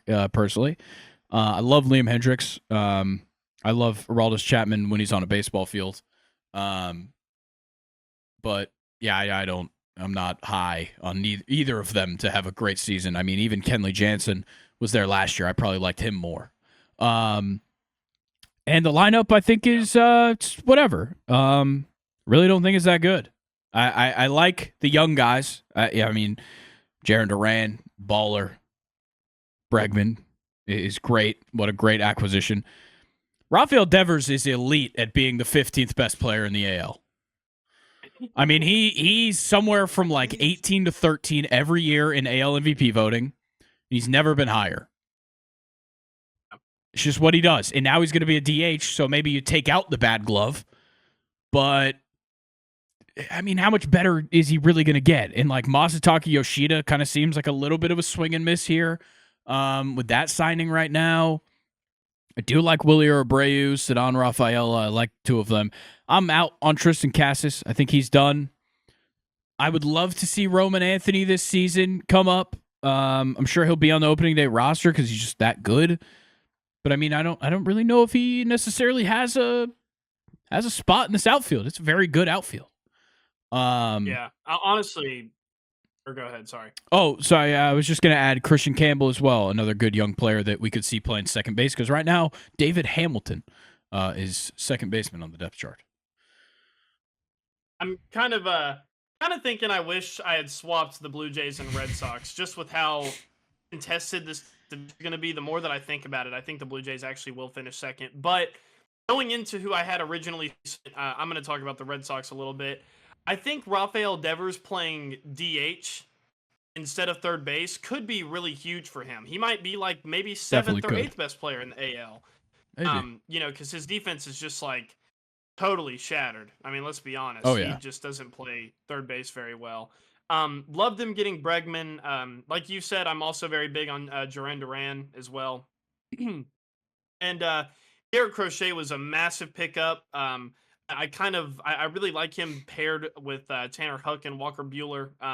But then again, we'll have to see about those guys. Are those guys going to be, decent follow-ups to Garrett Crochet? Or, what's Garrett Crochet going to look like as a starting pitcher on a new team as well? Yeah. So it's they have a lot of like, we're relying on this to happen so we can finish second place here. Exactly. Where I'm going.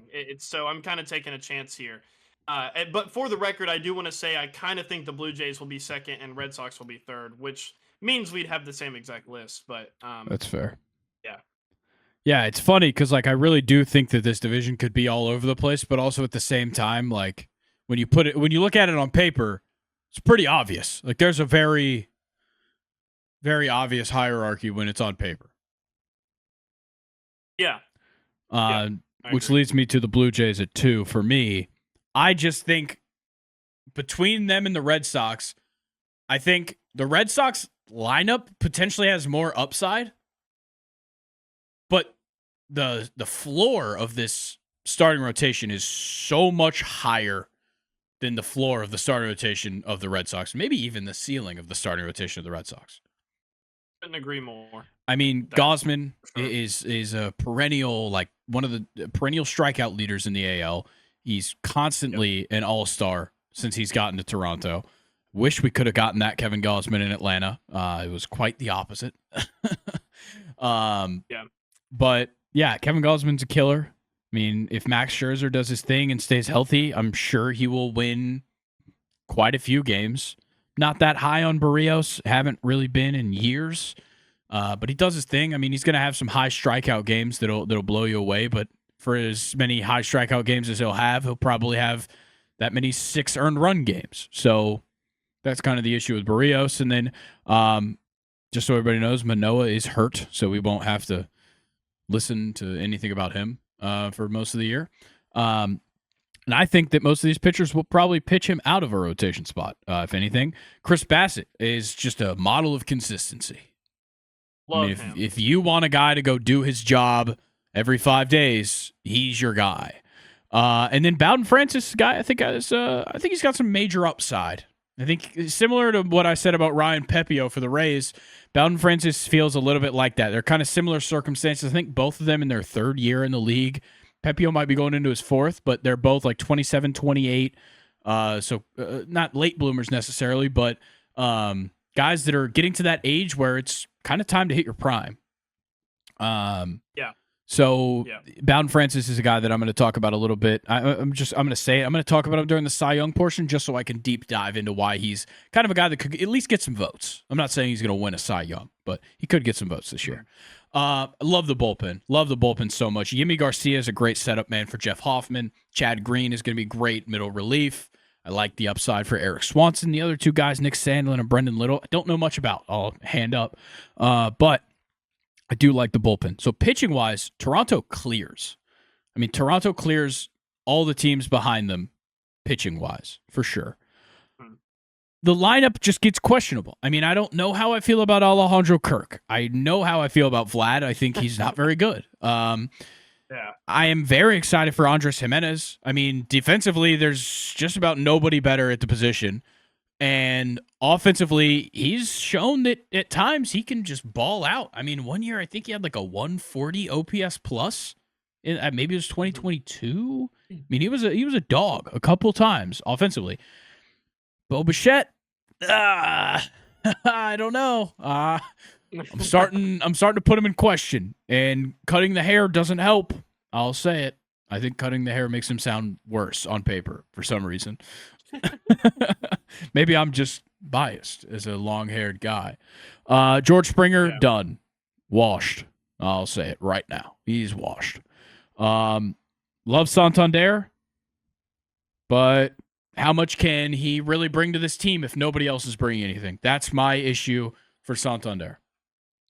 He's not going to be the only guy producing because he's really, his biggest utility is RBIs, in my opinion. And if you don't have anybody on base, it's really hard to get RBIs.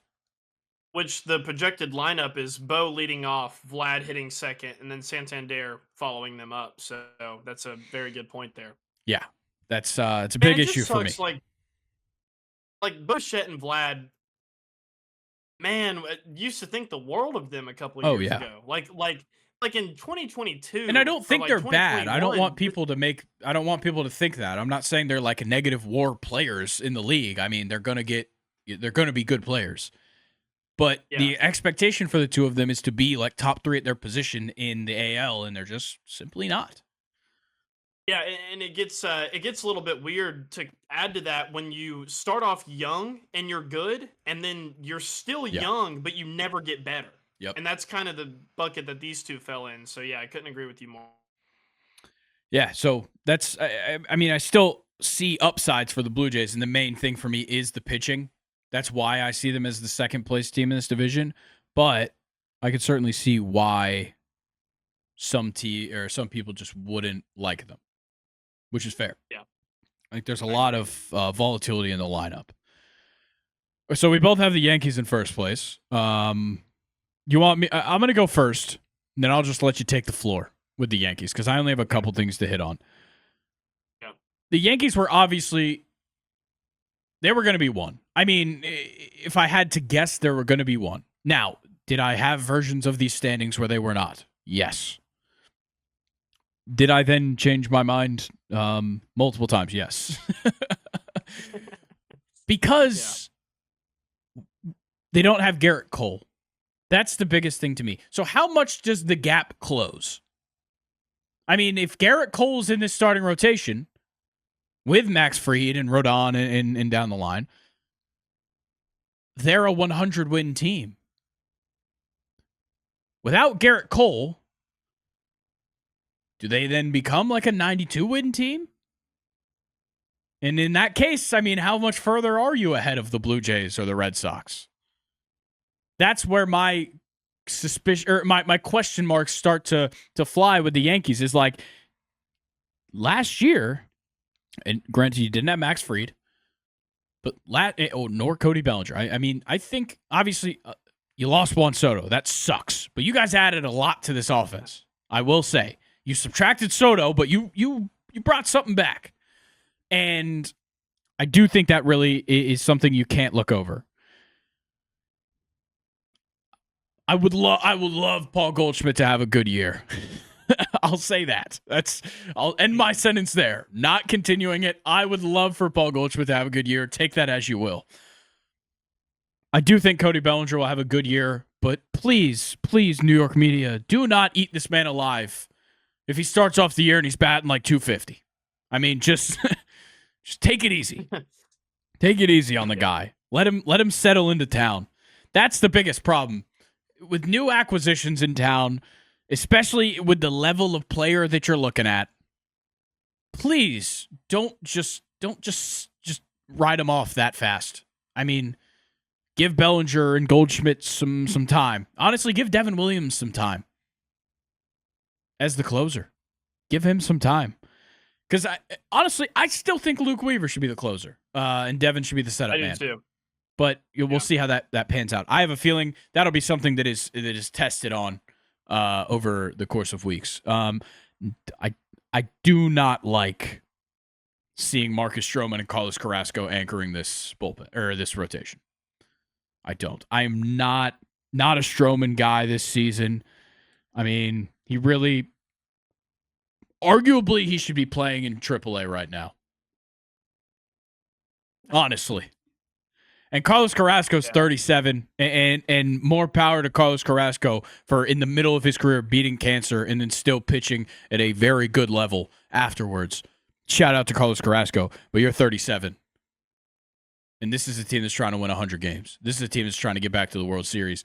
You don't fit the build. You don't play into the picture. The lineup, I think, at its peak, it's unbelievable. But it's contingent on some things. I mean, Stanton's elbows is a big problem. A really, really big problem. And I just, they've got to find a way to set up this lineup correctly. If Aaron Boone is going to continue to somehow keep this job by just constantly pulling himself out of the shit every single year, by the end of it, he pulls himself out. If he's going to keep having this job, I got to see him put together the right lineup with these players because they've got a good collection of talent.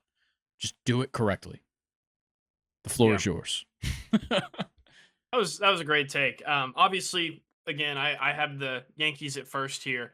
There are a lot of things that scare me about this lineup because I don't want it to be like what it was pre-Juan Soto, where guys that we thought were going to be good and guys that we thought we could count on just don't show up when it matters. Like Anthony Volpe, he really needs to step up. So does Austin Wells. If he's going to be our leadoff hitter, he has got to be way better than what he was last year. But I thought he was good last year, but he's got to make, strides as well. I also think Jazz Wait, hold Chisholm on. Does somebody is saying that Austin Wells is going to be the leadoff hitter? Yeah, MLB.com is projecting Austin Wells to be the leadoff hitter. Wow. Okay. Yeah. They have Wells, Judge, Bellinger, Goldschmidt, Chisholm, Dominguez, Rice, Volpe, Cabrera. Okay. Gotcha. All right. Just continue. I don't know how to feel about that. Well, I kind of want to hear your thoughts on that. Really I don't think Austin Wells is a leadoff hitter. I mean, what are we talking about here? I don't think he is either. But here we go. Aaron Boone said that he is seriously entertaining Wells as a table setter, citing his on-base potential. I guess. Whatever. Okay, wait. Let me ask you this question. With Stanton not being there, are we saying Goldschmidt's going to DH and Ben Rice is going to start at first? I would actually like it better if Goldschmidt played first. Okay. I'm down for either, honestly. Yeah. Obviously, I think it's fair to mention that Goldie has been one of my favorite non-Yankees throughout his career. I'm just really worried that we're going to have Anthony Rizzo 2.0. Maybe. That could be the case. I'm not going to say it's When not Paul going to happen. Goldschmidt. That's what I'll say. Yeah. We need Dominguez to just, come out, stay healthy, and be great, I think. And then, to move on to the elephant in the room, losing Garrett Cole is absolutely horrible, especially when the guys outside of Freed, like Carlos Rodon, to quote Gattuso, sometimes maybe good, sometimes maybe shit. Yes. So we need to make sure that we're getting more of the sometimes maybe good Carlos Rodon.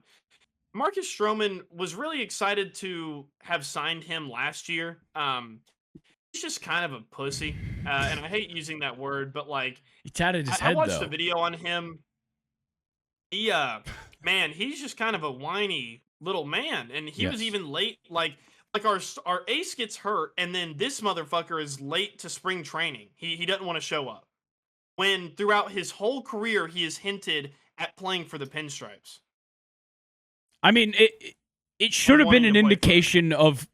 I think everybody really needs to remember this about Marcus Stroman.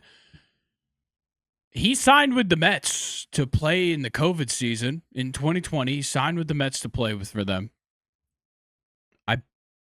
He might have pitched a game and then was like, "Nah, I'm sitting out." And then his contract ran up and he left. That's insane. Yeah. That is insane. Yeah. He wanted to go there. Yeah. That's ridiculous. And I think that's such Absolutely a big ridiculous. indication of Marcus Stroman's attitude. Yeah, which Aaron Judge kind of had to check. There was a play last season where he kind of complained about the defense, and Aaron Judge had to, pull him over and talk to him. So I'm not really too sure how that went. But yeah, the Yankees, I do think that we're still the best team in this division, which is why I have us at first. But as a Yankees fan, I want to admit I think this lineup is very volatile. I could totally see it to where Aaron Judge is just our only piece of offense.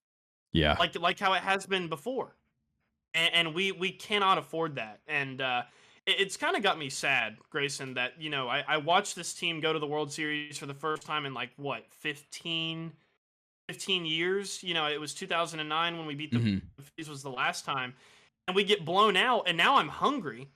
And then all of these injuries come rolling in. Luis Hill is hurt. Garrett Cole's hurt. Yeah, that's another thing that we haven't even mentioned. Luis Hill. Yeah. And he was AL Rookie of the Year last year. Yeah. So, there's just I'm hopeful, but there's more things to be worried about as a Yankees fan than there are to be hopeful for. So Yes, definitely. I mean, it's just like you said. It's really tough when you're coming off a World Series appearance to know that, like, oh, this lineup has like very much changed. especially when you didn't win. Yeah, and it was. So Sorry, but it was embarrassing. It was an embarrassing loss. terrible. Yeah, Ice Cube. That's came a out and problem. knew it was over. Yeah. I mean, when you look at this division, and I know we're going to have our closing thoughts and whatnot on this division, and we should probably move on to our Cy Young conversation, but this is a division where I just, at the moment, I don't see any of these teams being in the World Series with the way that they look as of right now. Surely my opinions could shift. They will. I know that. I just don't know if they'll shift in the favor of this take. But at the moment, I don't see the Yankees as a team that gets back based on the other teams in the AL. Yeah. But we'll have to see. Let's talk dark horses real quick. Sorry. Okay. Yeah, let's do the dark horses. We're spending a lot of time here. I'll say that. But I'd say There's a the lot of Blue layers to Jays this if I division. had to pick one. But I mean everyone. I think everybody is just capable. I really do. Yeah, Except maybe I the would Orioles. I would go with Boston. Yeah. Boston. I mean that's the fair take. I think it's Blue Jays, Red Sox. Honestly, if I had to power rank anybody other than the Yankees to win the division, not standings, to win the division, I'm saying Blue Jays, Red Sox, Rays, then the Orioles. I don't know what it is. Wow. So low on the Orioles rotation is the biggest thing. I mean, you got to win 90-something games to win a division. That Orioles team just does not seem like they can win 90 games, even if things go right. Yeah. Okay. Let's talk Cy Young. Obviously, with Cole out of the conversation, it makes things a little more interesting. But I do still think that Max Fried is going to be one for the Yankees. I mean, he's been floating around there for a number of years. He hasn't quite gotten there.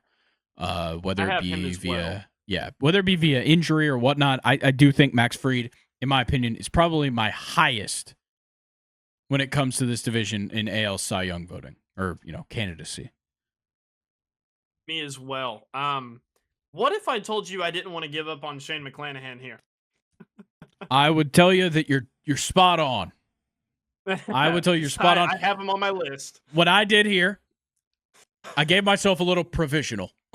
Okay. If Shane McClanahan is healthy all season, he will be there. He will. Mm-hmm. He might even be a finalist. I might be willing to go that far. Oh, I love it.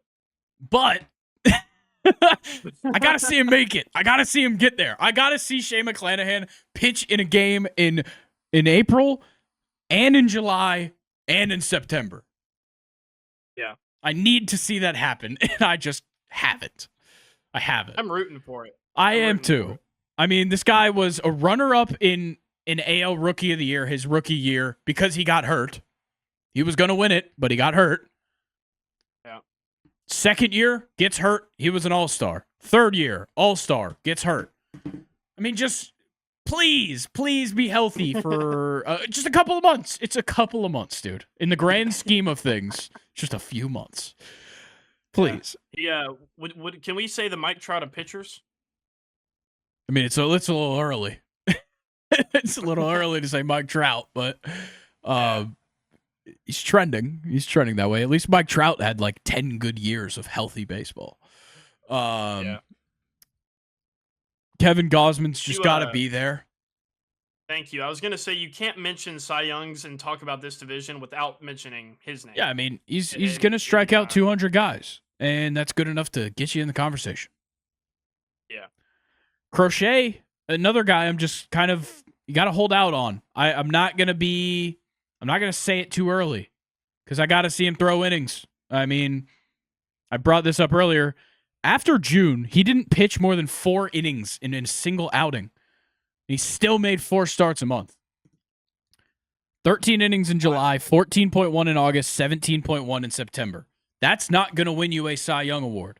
I get it. Last year, his first time as a regular starting pitcher since high school. But it's not going to cut it. If you want to be an elite starting pitcher in the MLB, you got to be one the whole season. I don't know if this is really a fair comparison, but I think Michael King was better at the transition from bullpen to starting pitcher than Garrett Crochet was. But Crochet seems to get a lot more of attention. Yeah, I mean, Crochet is just flashy. I mean, he gets up to like 102. Yeah. And he can strike them out with the best of them. So when he's on the mound, that's awesome. Is he going to pitch 180 innings? As of right now, I seriously doubt that. That's the biggest problem with Garrett Crochet. I would love to say that he'll be there because he's got all the talent in the world. I mean, he does every single thing. He doesn't give up runs. He doesn't give up hits. He doesn't really walk all that bad. He strikes him out as good as anybody. The problem is you can't pitch for 4 innings an outing in the last 3 months of the season. That's not gonna work. Even if you're the betting favorite at -1,000 by the All-Star break, you will slip if you stop pitching. Really hard to win a pitcher award when you stop pitching. Anybody else you have in particular? I do have 2 guys I wanted to talk about just a little bit for this award, but not necessarily that they'll win it. No, the 4 guys that we just talked about are the only 4. Yeah, they were the only 4 I really had to. My kind of dark horse guys to get Cy Young votes, I already alluded to Bowden Francis and Ryan Pepio for this, but I wanted to kind of talk a little bit more about them. I had brought up stats earlier, and I accidentally closed the tabs on them. But Bowden Francis, like I said, he's transitioning out of the bullpen after that's kind of where he started his career. Was coming out of the bullpen. So, yeah, he started in 2022. He only played 1 game, and that was at the end of the year. 2023, He was pitched in 20 games, no starts, coming out of the bullpen. He only finished 11 games, so he's really a middle relief guy. But 1.73 ERA, struck out 35 and 36.1 innings. So certainly something you're looking for in a sub-1 whip. Last season is when he finally made the transition out. So he played in 27 games. He started 13. Notably, he started the last, I believe, 9 of the season. And in those last 9 starts of the season, he was phenomenal. He only lost, I think he was 4-2 across those games.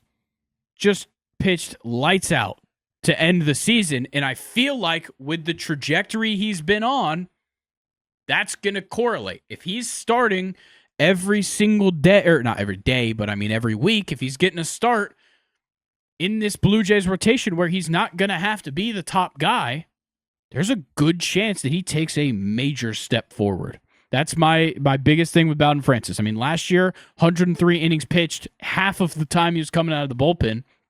That's an impressive number. I mean, this is a guy that, when you kind of look at it, he should be getting something like Garrett Crochet's 140 innings pitched this season, maybe even more. And he's very exciting to watch. So he's a good player. And like I said, going into his age 29 season, this is a guy who's at that point where athletically you're hitting your prime as a professional athlete, and this is the time to do it. I mean, last year, once again, sub-1 whip. I know a little bit out of the bullpen, but still, in 103 innings, a sub-1 whip is extremely good.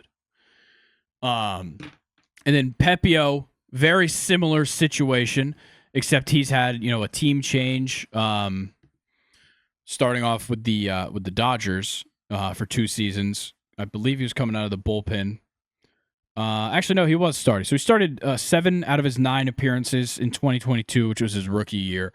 And then started 3 out of his 8 appearances in 2023. Then he goes to Tampa, 26 games, 26 starts last season. And like I said, he was just a couple games, a couple better performances away from having like a put him on the radar kind of season. 8-8, 3.6 ERA in 26 games, pitched 130 innings in 26 starts, which is phenomenal. 142 strikeouts, so getting more than a strikeout an inning is great. ERA plus 111. Like, everything looked really good. 3.95 FIP as well is something to have of note. So I just really need him to turn a couple of those shaky performances into just a little bit of damage control, I think, is the thing. And if he continues to take steps, I think he'll just put himself in a better position each time. So Pepio's a guy that I'm just looking for to potentially have a breakout year. Now, I'm not saying he's winning AL Cy Young. I'm saying, like, he's going to get some votes. He might be like a top 10 AL Cy Young guy. Yeah. Those are 2 guys that I just kind of like going into the year. That are kind of in similar circumstances. How about we talk MVP? Because I think this might be the weirdest division for it. I'm not going to say the worst, because maybe the MVP winner is in this division.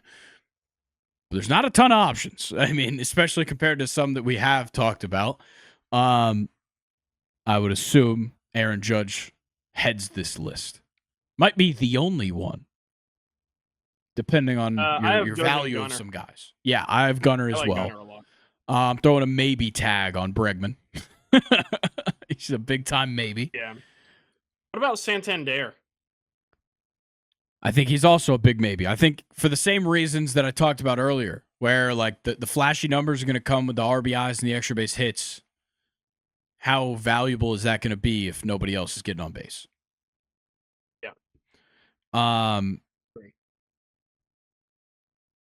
I wanted to just bring up this Rafael Devers thing again because I think it's hilarious how good he is at being not the best. Yeah. I mean, like, the thing is that there's no way he could ever win AL MVP because he's just not even going to be the best player at his position.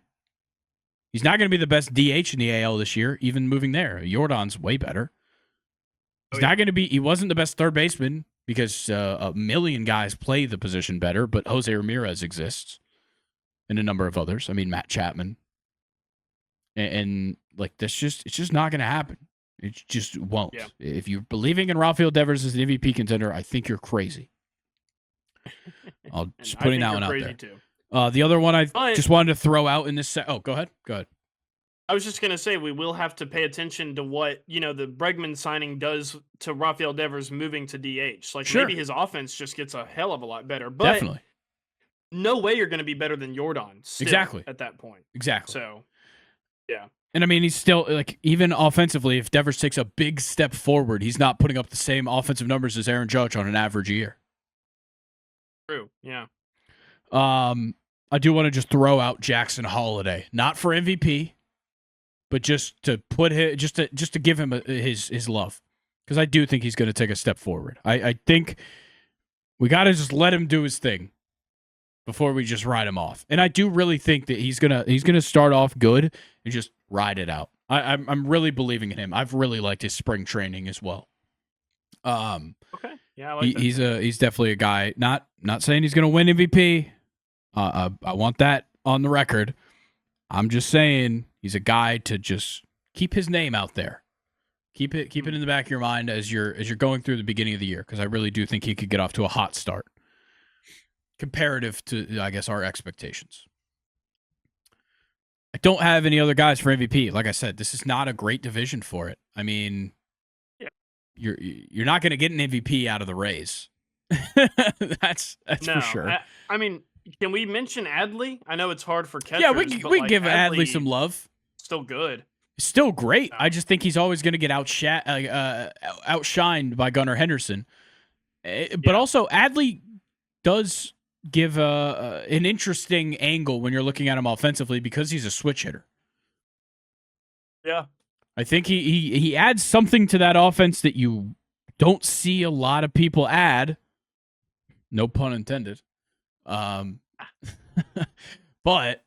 I simply think he'll just always be outshadowed at the moment. Yep.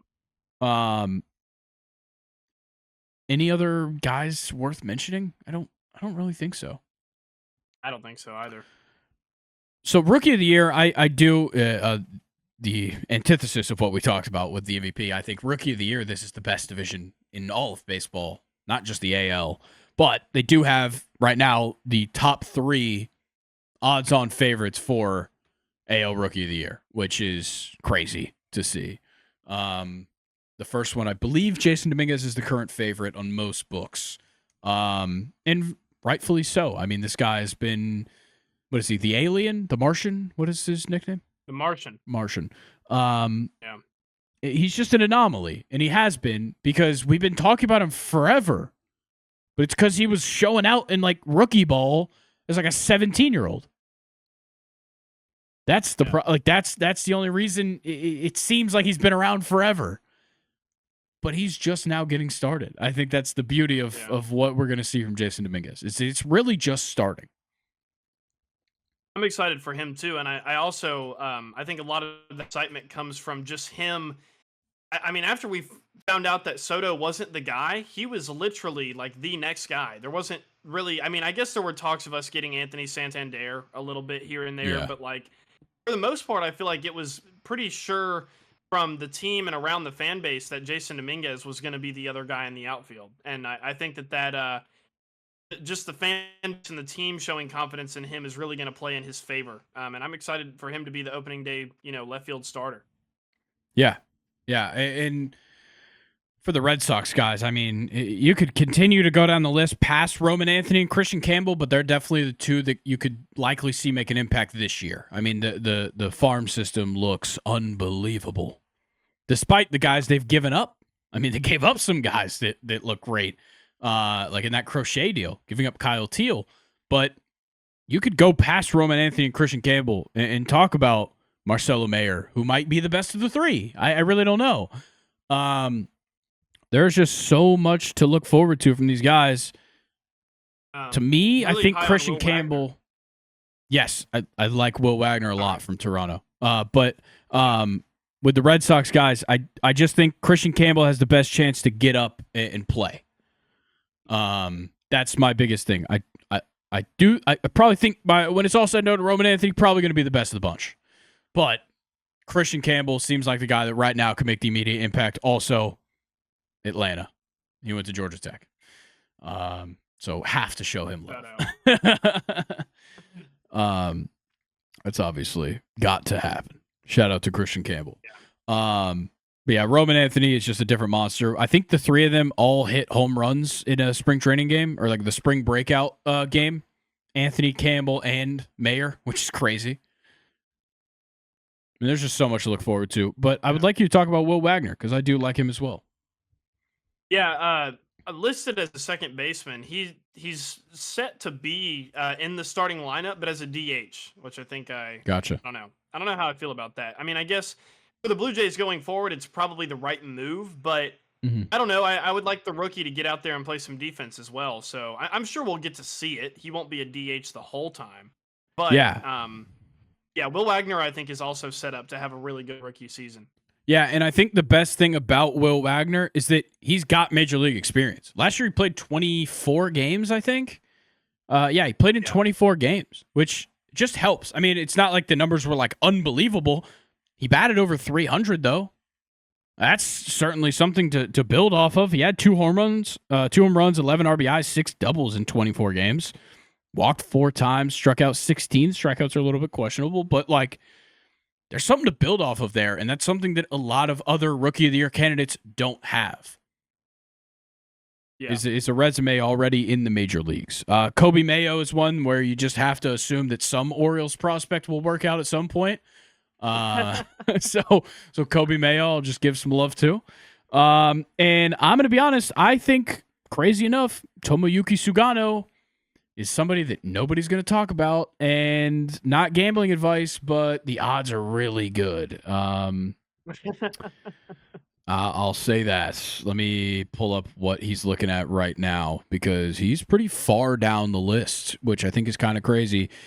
Plus 2,000 on DraftKings. I mean, that's kind of hard to pass up when he's fucking 35 years old. Also, 3-time MVP of the Coastal League in the NPB. I mean, this guy's a fucking dog. And not only 3 times, his third one was last year. Wow, at 34. At 34 years old. I mean, that is something to talk about. He's won the Sawamura Award, which is their Cy Young twice. Sawamura Award's a little weird because you would assume that he would win it in those years he wins MVP. Sawamura Award, totally separate, given by some other people. And some years, they just don't give one out. Like last year, nobody got it. What? Yeah, because there's criteria. There's criteria that you must satisfy to win that award. So is it more prestigious to win that award than the Cy Young, technically? Kind of, I think.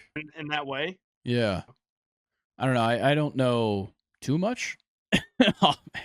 I'll be honest. But yeah. I do know that every now and then they just don't give out a Sawamura Award.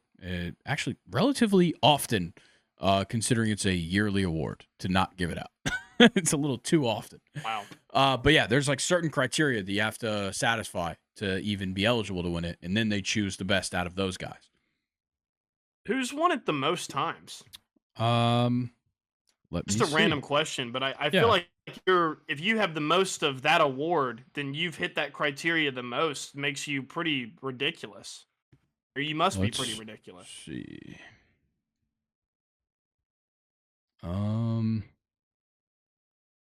So what's interesting about this award, though, is that it began as an independent award for a magazine that was catered towards Yomiuri Giants fans. Oh, wow. Yeah, which is very interesting. So like until like 1989, it was pretty biased. So that is a bit of an issue, but trying to see who's won it the most.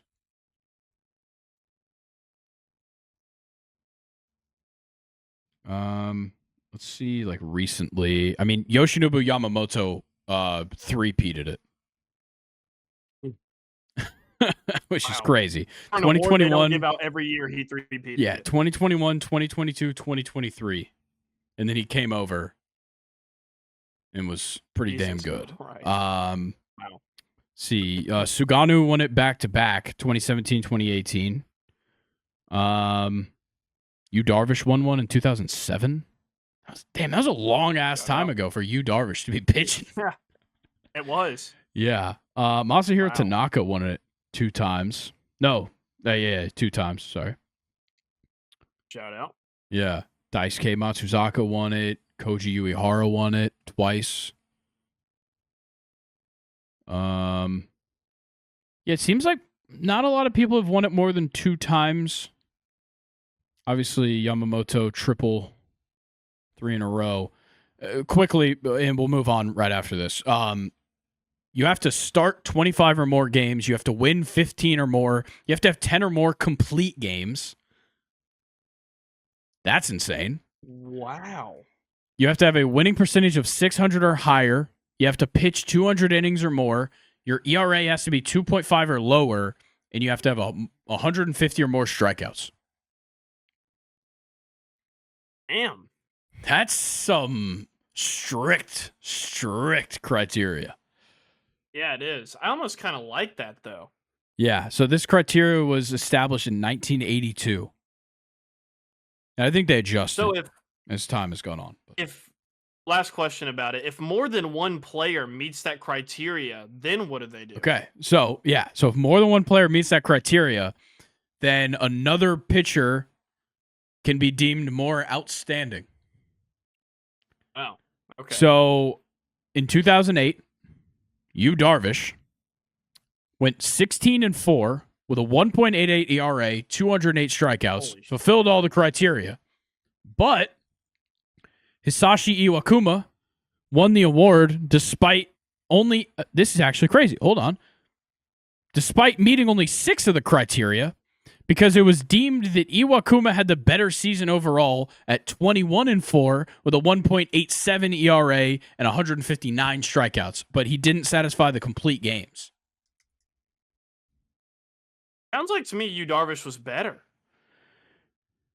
I mean, Iwakuma had a lower ERA by 0.01 and had 5 more wins, but also 5 more decisions. 50 less strikeouts, though, right? Yes. It was 208 yes, 50 less 150? strikeouts. I don't know. It's up to interpretation. And what's interesting is I think it's the selection committee changes, and what it says here is the selection committee usually consists of 5 former pitchers, which I think is interesting. Oh, wow. I do like that a lot. I like that. Yeah. Me too. Yeah, there's been a number of times where no pitcher was found to sufficiently deserve the award, but also the award has been given to 2 pitchers in the same season twice, 1966 and 2003. Cool. That's awesome. All right, enough of NPB history. I think we'll wrap up the AL East right there. Well, it looks to be that time. You know exactly what time it is if you've watched any episodes of Second and Short before. Luke actually has a watch on. I've actually got 2 on. And they both say that it's questions time. They both say that it's questions time. Nathan loaded us up with some questions here today. We got 6 questions, as per usual, unlike last week when he got his root canal and only gave us 4. So we got a full lineup here. And we're starting off. What MLB free agency signing will have the biggest impact for their team this year? Love this coming off the back of this. That's a good question. This conversation. I think the layup is Juan Soto. I think that's definitely a layup. Yeah. I am actually a little Yankees pick for you. I think it's Max Fried. With the absence of Garrett Cole, I mean, he is going to have a huge impact for that team. That was clutch without trying to be clutch. Yeah. Yeah. I would just because we got done talking about the AL East, I really like Bregman to the Red Sox. Yeah. I do think that will make a big difference for sure. I think an underrated one. I really think Jonathan India. He may not be like as needle moving as Juan Soto, but just him being a leadoff for the Kansas City Royals, I think bodes very well in their favor. Mm-hmm. I like that I like too. him a lot. I'll throw Corbin Burns into the conversation as well. To the Diamondbacks. Yeah. That's one that for some reason it feels like people are forgetting about. I feel like not a lot of people are talking about Corbin Burns pitching in Arizona this year. There's kind of a steep drop off after that. I think Christian Walker could have a huge impact on the Astros. But otherwise, I don't Yeah. think there's anybody that really stands out all that much past that. I Yeah. mean, I mean, Adames is Adames. could you maybe say like Devin Williams? I guess he's Like a just another trade, bullpen guy? technically. Oh, I guess Devin yeah. Williams and Yeah, Jonathan India were technically. both trades. Oh, yeah. But no, I mean, I think another one in the bullpen as well. Carlos Estevez. I talked about that last week with the Royals. I think he's such a big pickup for them. Uh-huh. Yeah, I think this was a top heavy free agent class for sure with Soto because that was just like the only thing to follow. But I mean, Corbin Burns was Yeah. certainly a fun thing to look at and Fried and all that. So pretty fun. Here's another MLB one. What team in the MLB is going to fall off a cliff this year? Like just be horrible or like they're a Yeah, good team I that are guess gonna they be were horrible? they were a good team last year. That's going to be worse, like a lot worse. I think would be what I'm looking for in that question. Hmm. I'm actually pulling up last year's standings so I can have an idea. I Yeah, guess based off insane. my predictions, I guess the Guardians would be a team that could potentially be one of those, but I really don't think they're going to drop that far. The Brewers could be a team that falls off a cliff, and for no particular reason.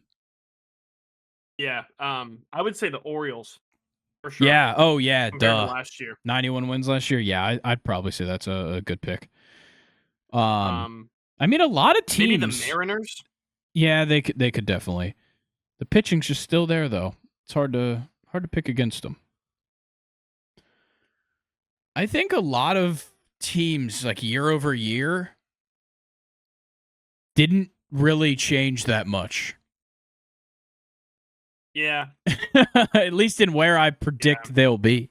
It's kind of odd. I think typically we could, kind of see a couple of them coming, but it just feels like a lot of the good teams are going to stay good and like the middle of the pack teams might get a little bit worse and like the lower part teams might get a little bit better. Like I don't think there's a huge shift coming. Obviously somebody will because it just always happens, but could you maybe argue the Padres here? I don't know why I keep thinking about them. No, you're definitely right with the Padres. I mean, they're in a situation where honestly they should have traded people off and they haven't. And that's certainly an issue. So I could definitely see that one coming. That might be the best I'll pick. throw out the Yankees. I'll throw out the Yankees because of injuries too. I can see the Yankees just not doing it. Of course, I don't want that. You don't want that to happen at all. But I mean, I appreciate you saying that. I want to be tough on my team when I can. So, would you rather always make contact with the ball but not be guaranteed a hit, or always throw a strike but not be guaranteed a swing and miss? I'll take the hitting.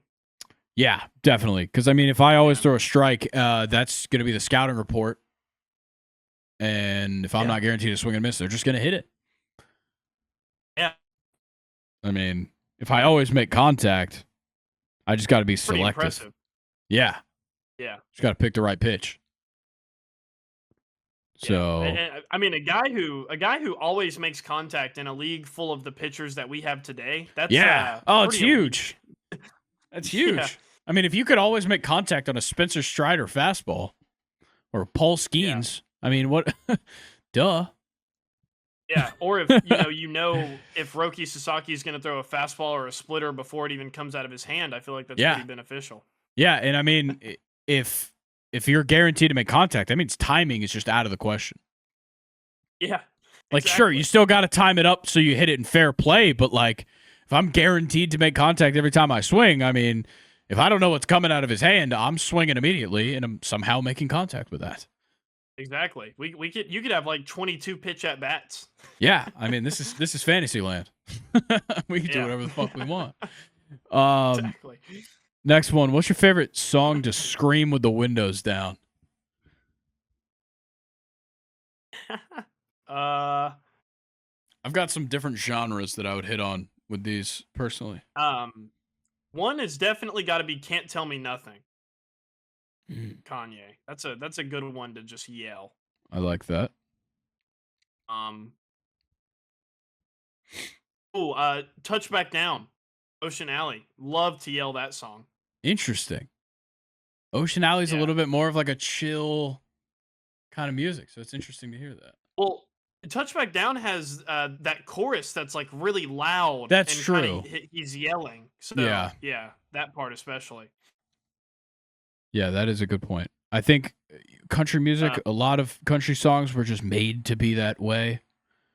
I'll go back and pull Family from. Tradition, It's a good one.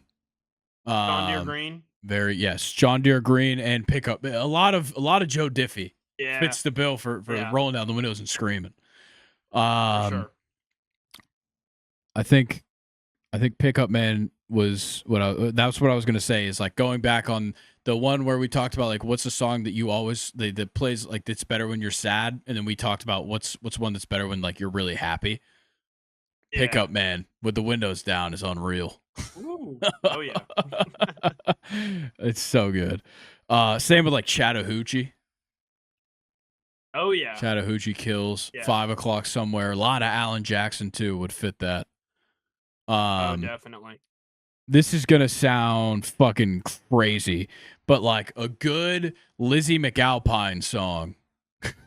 I know, I'm sure you're not even Yeah. familiar, at least that familiar. Um, Mm, not but at all. like she's got some bangers that like they're more. I would scream them with the windows down. Her demographic of like sad teenage girls is probably like scream crying to these lyrics. Yeah. So that's a little different, but like Lizzie McAlpine definitely has some songs where like I'd fucking scream singing those songs. Yeah. Anything off the First Culture album probably Yeah. could do that Oh as well. yeah. Yeah. I mean like Bad and Bougie's Yeah. a classic one for that. I mean it should Yeah. everybody knows the words too. That shit Yeah. is so much more enjoyable when it's a packed car. When you got Oh four yeah. Yeah. people hitting every word, oh, Yeah. I just thought of like a whole new genre, and I'm gonna call it the Athens club scene. Mr. Brightside, Dancing Queen, don't call it Athens anything by club Waka scene. That's Flocka. everywhere. Well, yeah, but that's just what I hear when I go out in Yes, but Athens. that's Waka everywhere. Flocka Yeah, for yeah. sure. Anything by Rihanna Oh yeah, like as Umbrella, well. Yeah, high on the Umbrella is a list. good one.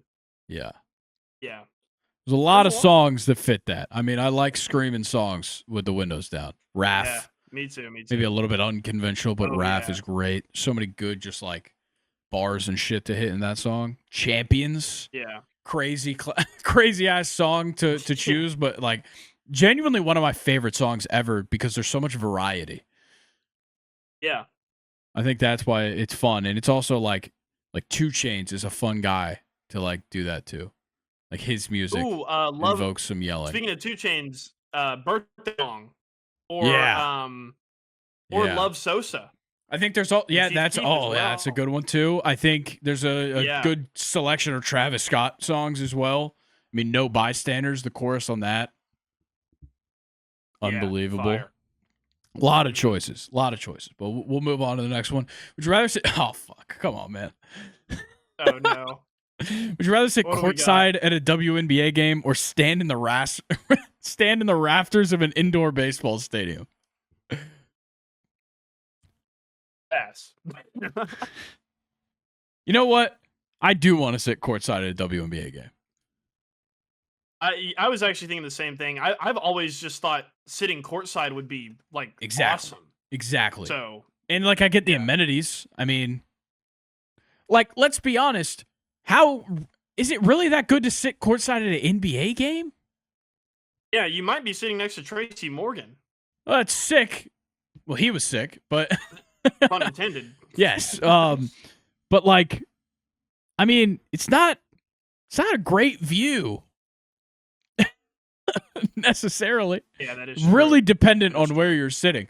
So like, if I'm going to enjoy the other shit, because I mean, if you're sitting courtside, you could also like Go into like the little club areas and shit, and like the VIP areas. Yeah. That's the thing. So if that's still available for a WNBA game, bro, yeah, I'm sitting courtside for Caitlin Clark. Hell yeah. Oh yeah, for sure. Now, indoor baseball stadium in the rafters would be an interesting point of view. But like, I mean, let's in an imaginary world where the Tampa Bay Rays Stadium is in one piece, that would be awful. That would actually suck.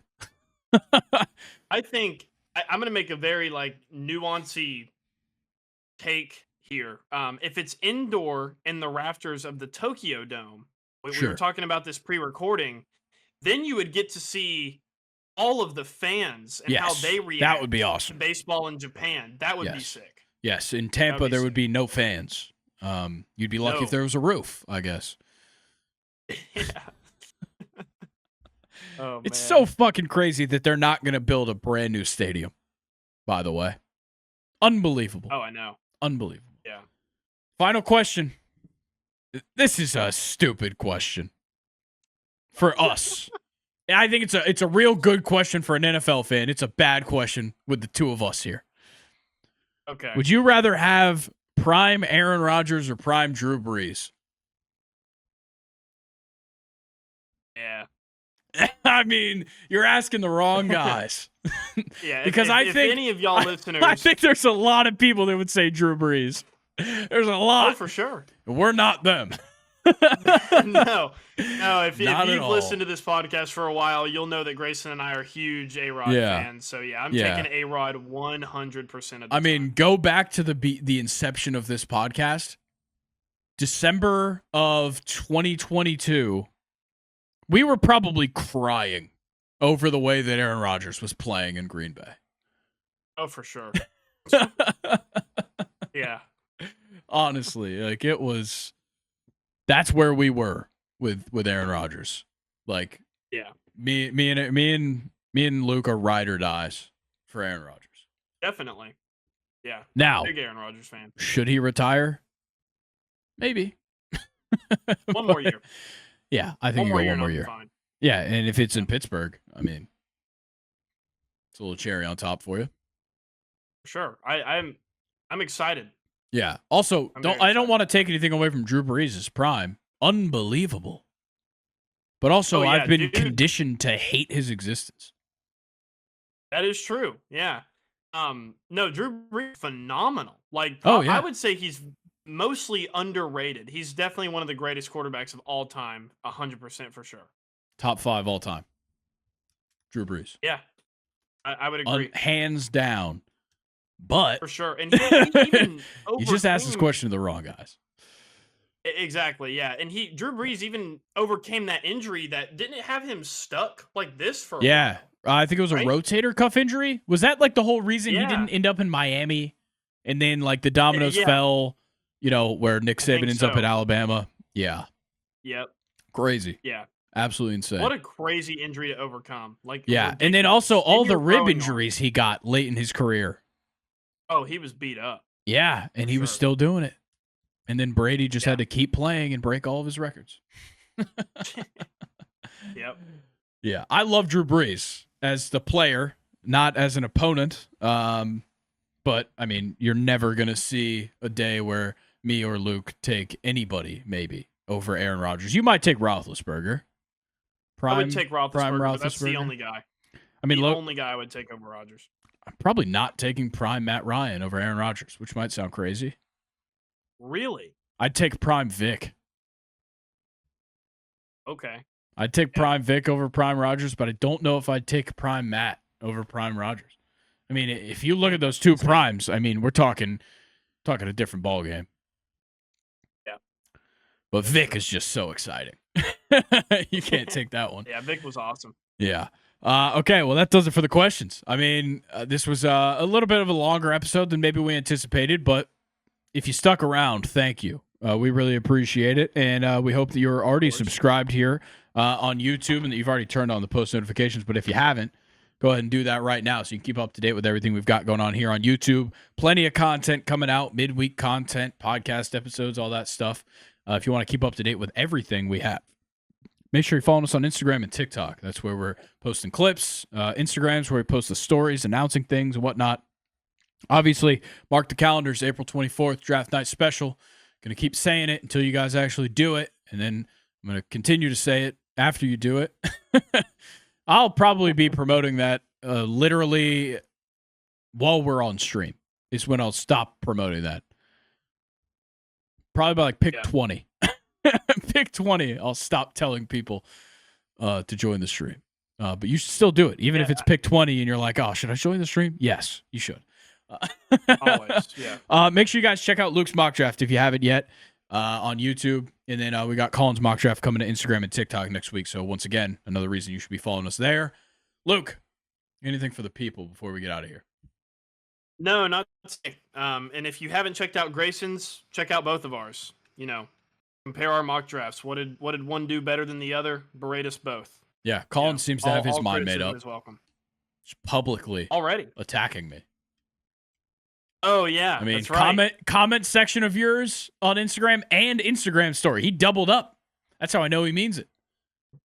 Yeah, hitting me with public slander. It's crazy, crazy, unbelievable. But I respect it. It was a great mock draft by you.